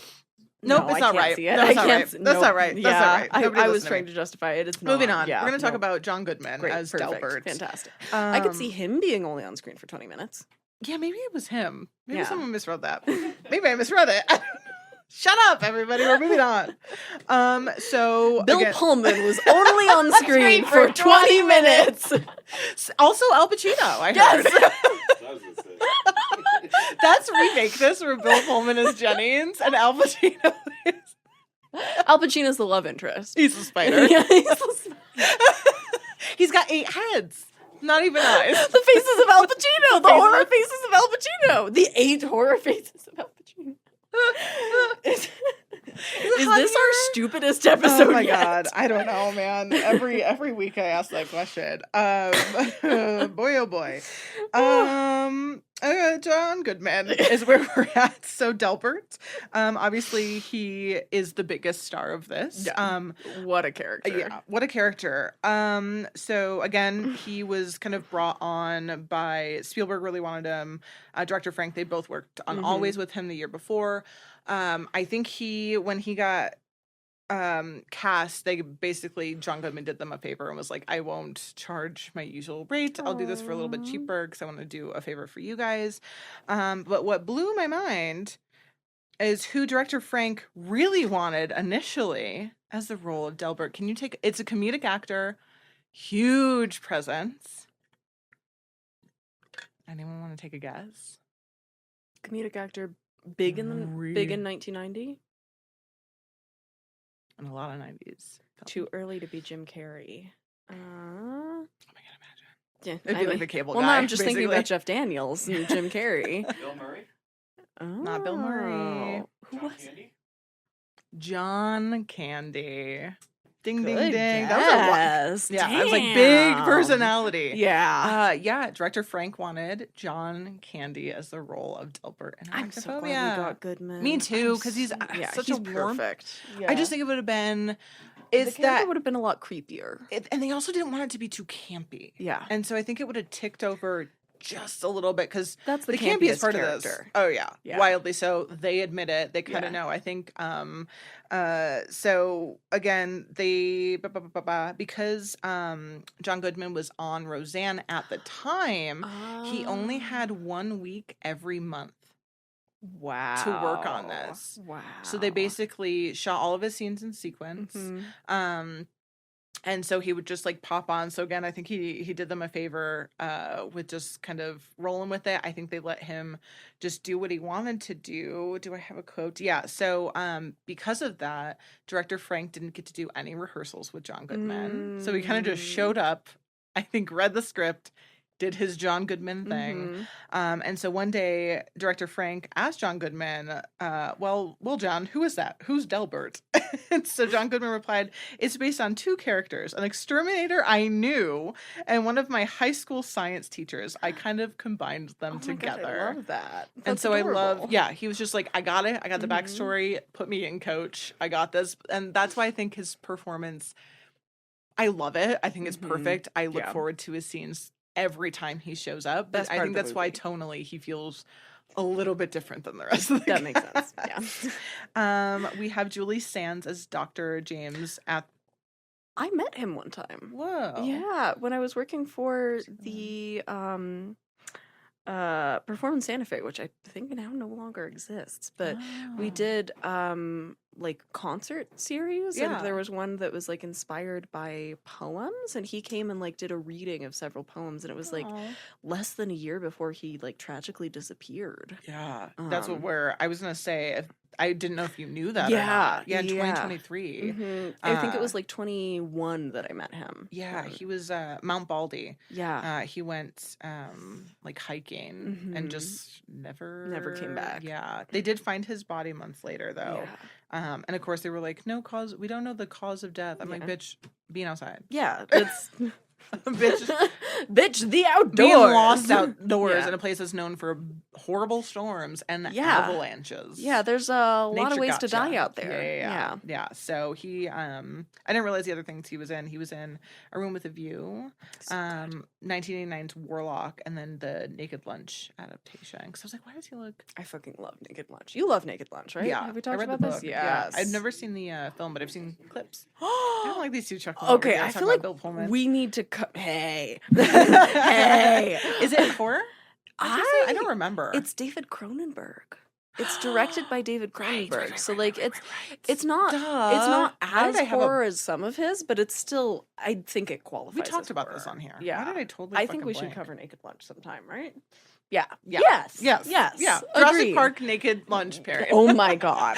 We need to hold off on Naked Lunch for a while because it's like very bug horror centric. God, why So do I not remember reading it? it's I think you would love the movie. I'll just Sweet. leave it at that. But Yeah.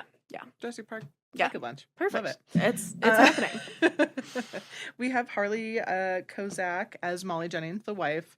She's adorable. She's in, I think I mentioned it last episode, someone worked on The House in Sorority Row. I feel like I brought that That's up right. with someone. I think, you did bring She's that in up When with Harry someone. Met Sally, and then she's BJ's mom in the Dana McBride show, The Righteous Gemstones, which Oh I my keep god, amazing. talking everyone's ear off There you about. go. Which also John Goodman, right? Yes. Remember? Yeah, Yes, yeah. And Bill Al yeah. Pacino. We have Stuart Pankin as Sheriff Parsons. He's a character actor in many things. If you're a Disney Channel original movie lover, I don't think you are as much as I am, but I saw Xenon, some. Did not see that one. he's the Commander Plank, so he's like the Oh. stuffy, I don't know. Means nothing to me. Yeah. Yeah.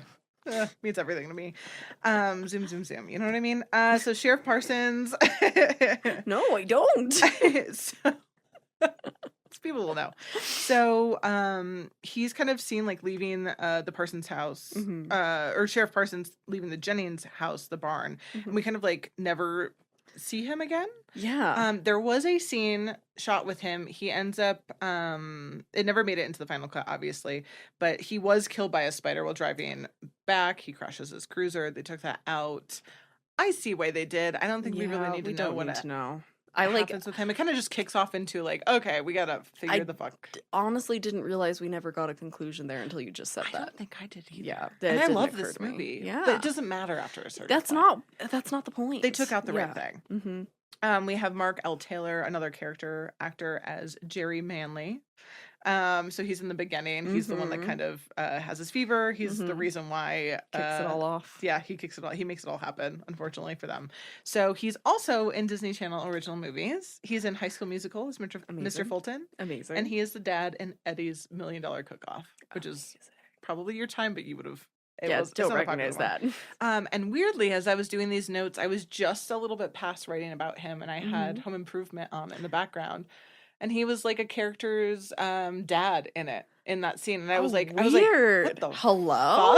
fuck? So he's also in that. Wow. The last actor we'll talk about is Roy Brocksmith. He's Irv Kendall. He's the morgue attendant that we see throughout. He was in a 1979 film called Killer Fish, which, you guessed it, was where fish killed people. So it was a very similar plot. It's a cult one. When fish attack. Yeah, piranhas. Yeah. Shocker. That I feel sounds like we about right. loved the piranha trope at the time. So moving on, we have the star of the show, our actors, the little spiders. Yes, I want to hear about that. Oh my god. I gotta say, in researching this, I mean, obviously this is, it's 90s. We aren't really sure ethics around animals, bugs. I was It was the most wholesome thing about this. Good. Was how they treated what they dubbed little Marlon Brandos on set because they were little divas. Isn't that cute? Oh my God. So tons of them. So very wholesome. No one has to have any fear about any spider being harmed. Because boy, did they take precautions. Thank goodness. Yeah. Love that. So not only did they have to hold auditions for the actors, but they held auditions for the spiders, what they dubbed the Spider Olympics. So they made these little guys go through a bunch of little tests. So director Frank and the crew, they took a bunch of species. They had wolf spiders, tarantulas, huntsmen, spiders, and put them through 10 tests, which included speed, so like the faster the scarier, obviously, climbing ability, reaction to heat and cold, because we'll learn that's how they had to kind of like move them around. Oh, interesting. Yeah, and so the gold medalist, as they dubbed it, was a 3-inch wide, the little Delana or Avondale spider. They're like a form of huntsman spider, which are little harmless guys from New Zealand. Oh. So those little guys won. They were provided by Landcare Research in Auckland, New Zealand, and were handled and wrangled by entomologist Stephen Kutcher.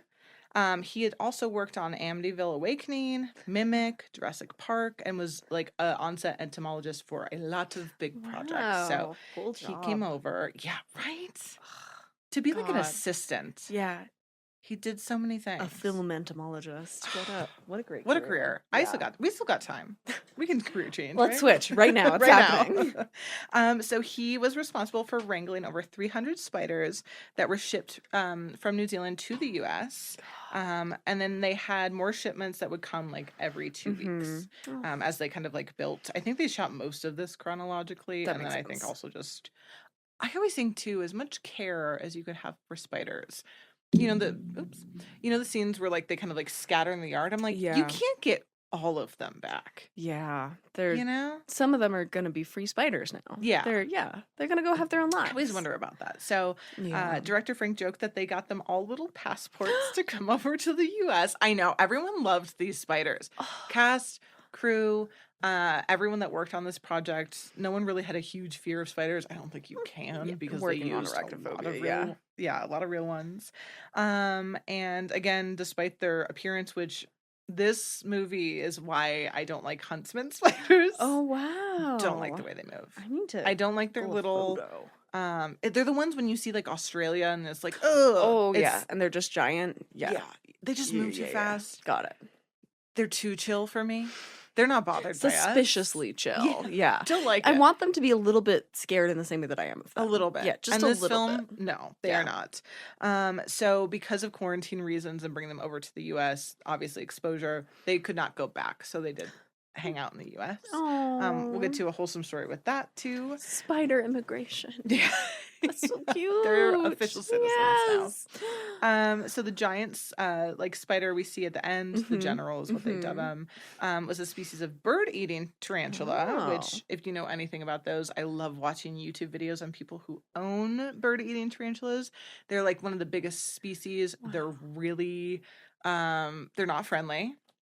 They're very scary. Amazing. I want to say it was Jeff Daniels said he was not super scared of the little spiders, but he goes, that thing, and it would hiss at you. He was like, did not want to mess around. Oh, fuck. Yeah. So their leg span can grow up to, they're like a dinner plate, so like 8 inches or more. Whoa. They're huge. Giant. And they're fascinating to watch. Man. I love them. So obviously because of them not being as friendly to handle, they had to have a animatronic spider for those scenes. So that's where we get Big Bob, where the toy was going to come from. Who was one of the earliest props made by Jamie Heineman, aka the co-producer and star of Mythbusters. So this was his first feature that he worked on. That's so cool. And so not only did he have a hand at making a bunch of the other little spiders, like the ones that are dead or kind of hanging around, Big Bob was his main prop that he worked on. Wow. And he was one of the ones that adopted one of the real spiders and called him Big Bob. No, I know. That's I just so love like sweet. The crew wrap party was everyone gets a pet spider. That's the wrap gift. Yeah. It's so cute. That's so sweet. So wholesome. And then why Big Bob? Yeah. You might be asking yourself. You may ask yourself. Reportedly, because Frank Marshall was besties with director Robert Zemeckis, that they called him Big Bob as a little joke. This is like naming the shark Bruce after the lawyer. Yeah. I just to be rich in Hollywood. You That's know what I mean? so funny. You can make jokes like that. Oh, my friend Robert Zemeckis. So Jamie didn't work alone on this. He worked, one of the heads was special effects artist Chris Wallace. He had worked previously with Gremlins with director Frank, so that's kind of how he got brought on. Wallace built at least 3 models of Big Bob. So he had a normal sized Bob, which was about 10-inch leg span on that guy. We had a mid-sized Bob, which was about 2 feet, and then we had the close-up Bob, which had a 6-foot leg span. That's how you can see Jeff Daniels in the eye of the spider. They had to make it big enough. So that's why it kind of looks a little weird. Yeah. It's because they had to make something big enough that they could shoot. That makes sense. No idea. That's why I never would have guessed that. Yeah. 6 foot. I just assumed that was CGI. I just assumed, really? Yeah. I don't think there's a wisp of CGI on this film at all. Interesting. See, I was just assuming because it's so close in time to Jurassic Park and because there's so much crossover that. That was like the first people. I think all those motherfuckers were working on Jurassic Park. That's that was fair. The first one. That's where all of it's all going hands into. were on deck for that one. And boy, is it still the best use of CGI in a film ever. So I've heard. You haven't seen. Yeah. That's why you have to see it on a big screen. Yeah. To absolutely appreciate properly. But yeah, I don't think there's, and don't quote me, but I don't think there's one fucking form of CGI. Yeah, like at least the spider eye, I assumed that was CGI. I don't think so. Fascinating. I do not think so. Yeah, I don't think there's one thing, which is kind of wild. That's really cool.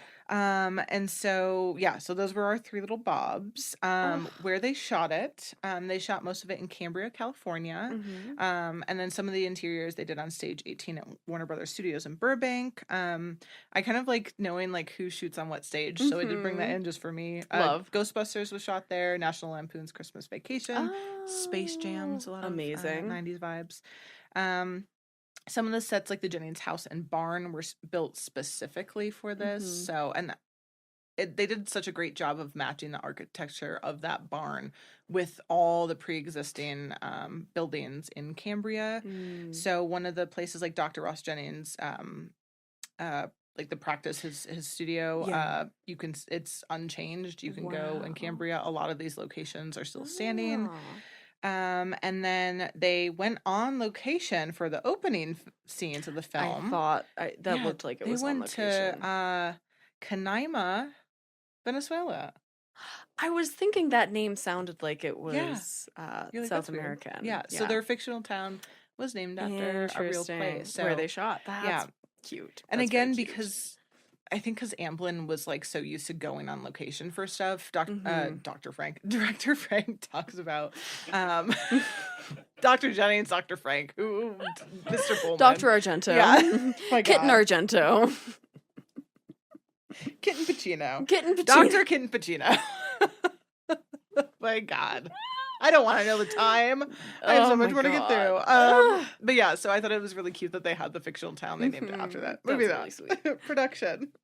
Approximately 4 months, which feels about right. Right. Yeah. I think it's long, but like for Amblin, that I also is what I'd expect. So it took place from December of 1989 to mid-April of 1990, and if you'll recall, the script, they brought on Wesley to fix a lot of the script. Again, Jeff Daniels' character was not afraid of spiders, so I'm almost thinking they probably shot, because he got that call Christmas. Yeah. So if they started mid-December or mid-November, I'm like, they must have shot stuff. Yeah, they must and then have been shot. like, oh, I'm gonna scrap some of that. Wow.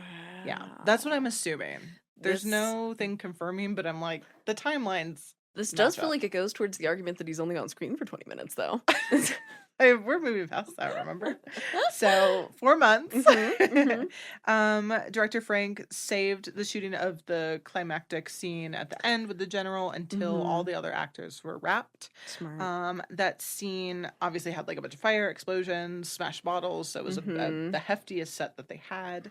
It took 2 weeks of 13-hour days to shoot that, which is, and it's a climax that's like big. Feels like a lot of time. I don't know.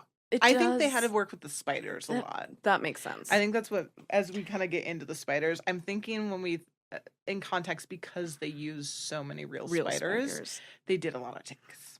Yeah, I can imagine the combination of like practical effects plus real creatures requiring a lot of redoing. Yeah.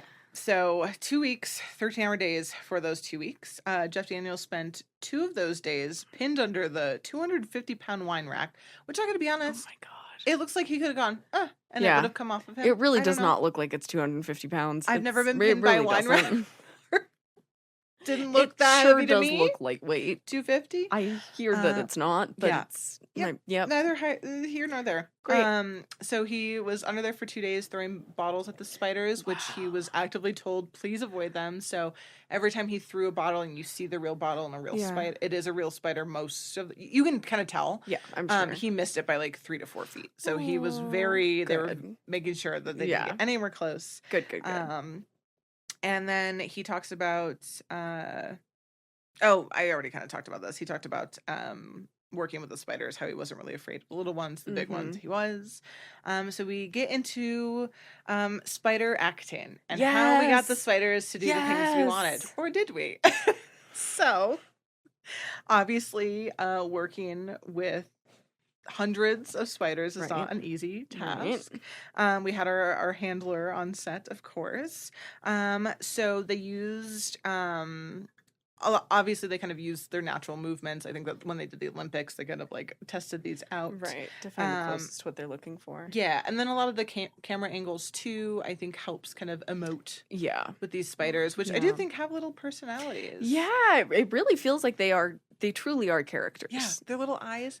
Yeah. I love when they trap the first one and then he does his little bob. His little dance, yes. I was like, is he excited or is he angry? An angry little guy. So they used a variety of techniques, which I will run us through. Amazing. One of which is like the only fact going into this I kind of knew. I think I saw some TV spot forever ago, or it was one of the YouTube videos where I saw someone. So I've seen people use a little straw and you just blow and then you can get them to like walk or stop. Oh, interesting.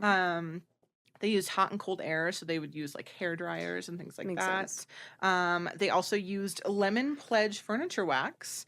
The spiders did not want to walk over that, so they'd basically create little paths for them, and that's how they would guide them around. Straws, like I said. They even used vibrating wires to kind of guide their paths because they didn't want to touch those. So they would have little, I think sometimes you can kind of see the string, but they did a good job cutting it out.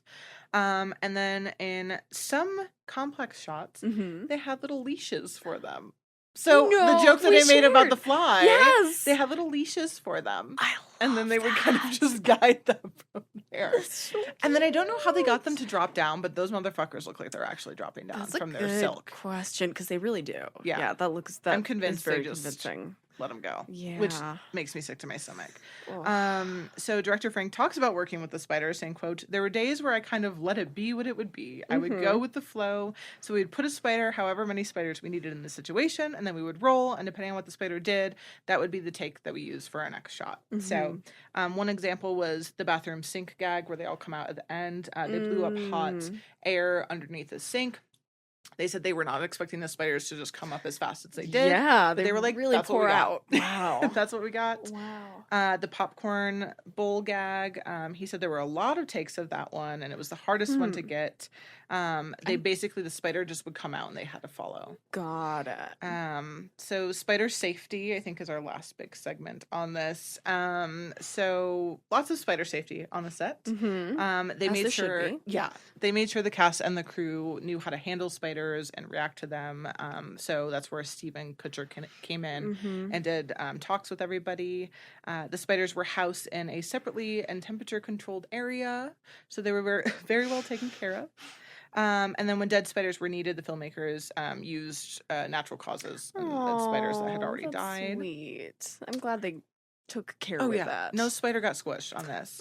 John Goodman, where he sprays the spider, it's water. Good. And then they had a dummy spider as well that would get sprayed. And then where he goes to step on it, they actually had a hollowed out boot with cushioning inside. Oh, whoa. So the spider would just hide in there and then like pop up and go for its next take. Any books that fell, they would do the same thing. They had like hollowed out with little padding. So they were safe. The sound of spiders being crushed was Foley artists doing crushed potato chips. Oh, cool. Love that. And then just like takes where the spiders were too wet. They just made sure to not do that. So they would get whisked off to be dried in between takes. And then we have just pretty much any spider that you see or insects that you see are dead. They're like either natural causes or they were fake. So like the raven, stuff like that. Good. Audience testing. So when this was screened for people, there was one major note that they kept hearing from everybody, and that was the film originally ended where we kind of get that abrupt cut before they end up back in San Francisco. Right. That is where it ended. Audiences were like, we don't feel good with that as an ending. I would have preferred that, honestly. Really? Yeah, I think it's so cheesy when they come back to the San Francisco. No, that's what I mean. I would have preferred it without the San Francisco. I love it, though, because it's so cheesy. And then we get it's a Jimmy Buffett song. Oh my God, is it really? That's so funny. Handwritten for that. It's not on Spotify. Listen to it on YouTube in the car today. Oh my God. Yeah, he wrote a song An specifically original for this. Jimmy Buffett for Arachnophobia? Oh, you have to listen to the lyrics. Oh, I will. Yeah, we have to do that after this. So, is it about bugs? Yes. It's like, don't squish me. Don't. You're kidding It's called Don't me. Bug Me. No. It reminds me of Pet Sematary. Oh my God. You can bop when you're leaving the theater. Okay, that's me. Kind of hardcore. I kind of love it. It's that. pretty great. Yeah. Jimmy Buffet. Bugfay. Bugfay. Yeah. So that was not the original ending. Audiences were like, we need something else. And so the team was basically like, okay, what could we shoot in a day really cheaply? They got in a studio. That's why it looks so tonally different from the rest of the film. They just went back, they shot it. So funny. Audience seemed happier with that. Interesting. Yeah.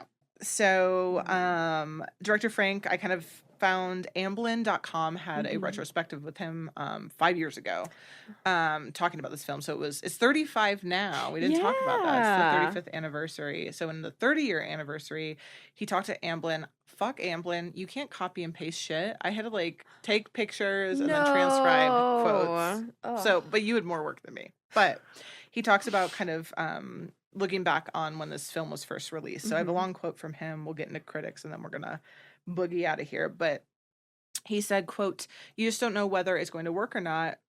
And when I looked down," so he was in the theater kind of watching these test screenings. So he goes, "I looked down at the row of people that have their feet up on chairs and I knew something was working. My most favorite moment of all was sitting in the audience in the Leicester Square Theatre in London after the movie had just been released in the States.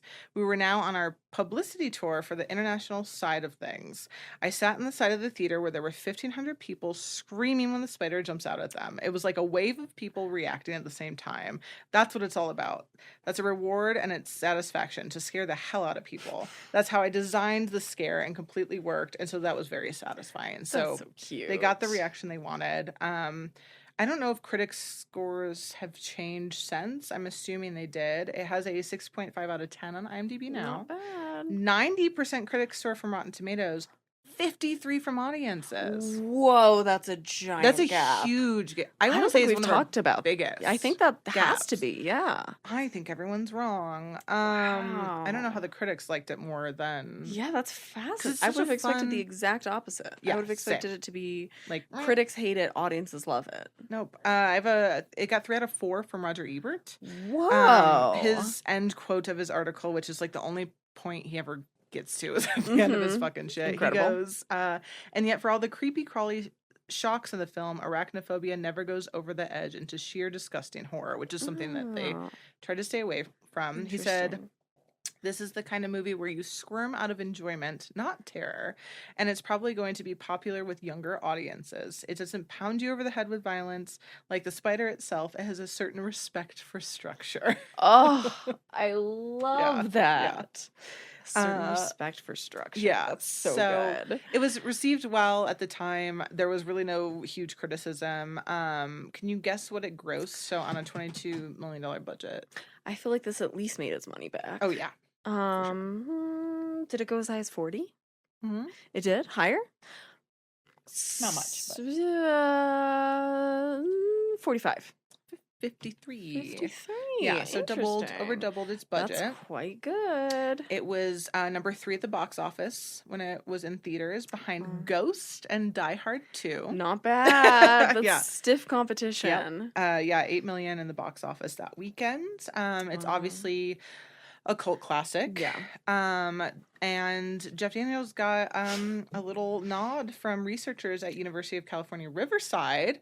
They had a newly discovered worm species. Is one of two known worms to infect tarantulas. And so they named the worm I don't know if I'm going to be able to fucking say this. Tarantobolus Jeff Danielsy. He's got a little worm named after him. That's so cute. Isn't that cute? Imagine. Oh, Jeff Danielsy. Yeah, That's isn't so cute? sweet. Yeah. So I love that. they were big fans. Adore. There's also a comic book adaptation of this as well. I think we both kind of had something. So it was published by Disney. And then in 2022, it was announced that Atomic Monster and Amblin Partners would produce a remake. Oh, no. No. It was, James Wan. Only if it's Lewis Pullman. Right. Truly. Get him in there. Yes, somebody make this dream come true for us. The only thing that makes me feel kind of okay is James Wan and Michael Clear and Frank Marshall are producers. Okay. And they wanted to hire Christopher Landon, or he was written. So he did Disturbia. We talked about him on here. Yeah. He did Happy Death Day, Paranormal Activities. So he was set to write it. He actually dropped out. Because of creative differences. He said that his draft of the script would have included the return of John Goodman's character and incorporate some body horror elements is what he really wanted. So I think he wanted to maybe take it back to what it was supposed to be. Back to the roots. Studios were like, no, we're not doing that. So even though he's no longer involved, it is supposed to still be happening. Interesting. So we'll see, question mark. Yeah. I hope it does. And then the last thing I hope it does? I don't think I do.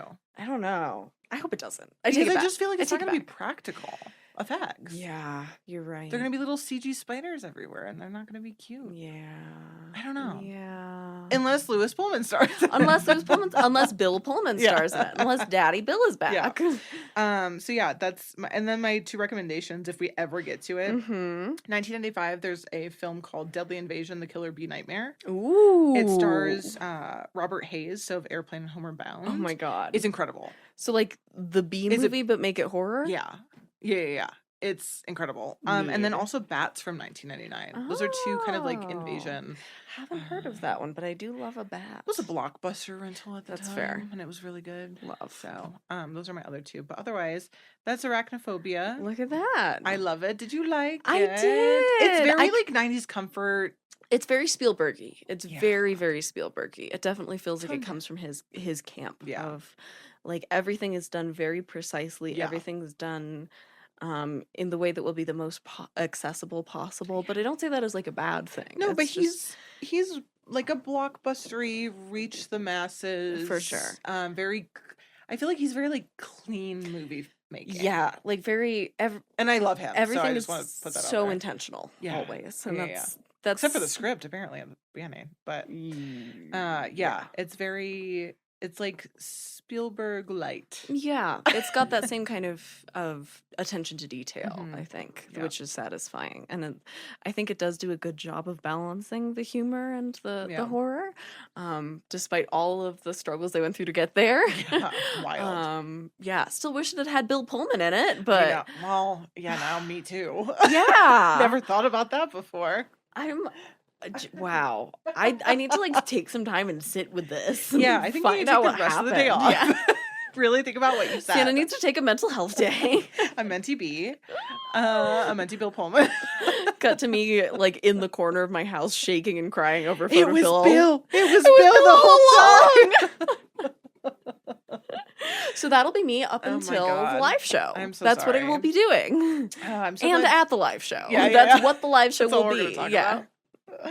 I'm glad you liked it. I'm glad you got to see it. I feel like it's such a because I know when we first brought it up, you were like, do people like know about it? And I'm like, no, it's a well known. I feel like where some films get the cult following after, this one had it. Was always it seems like it was hangs appreciated out. right at the beginning and then maybe went down a little bit. Yeah, I just feel like people forget about it. That makes sense. So perfect. It feels like the 90s.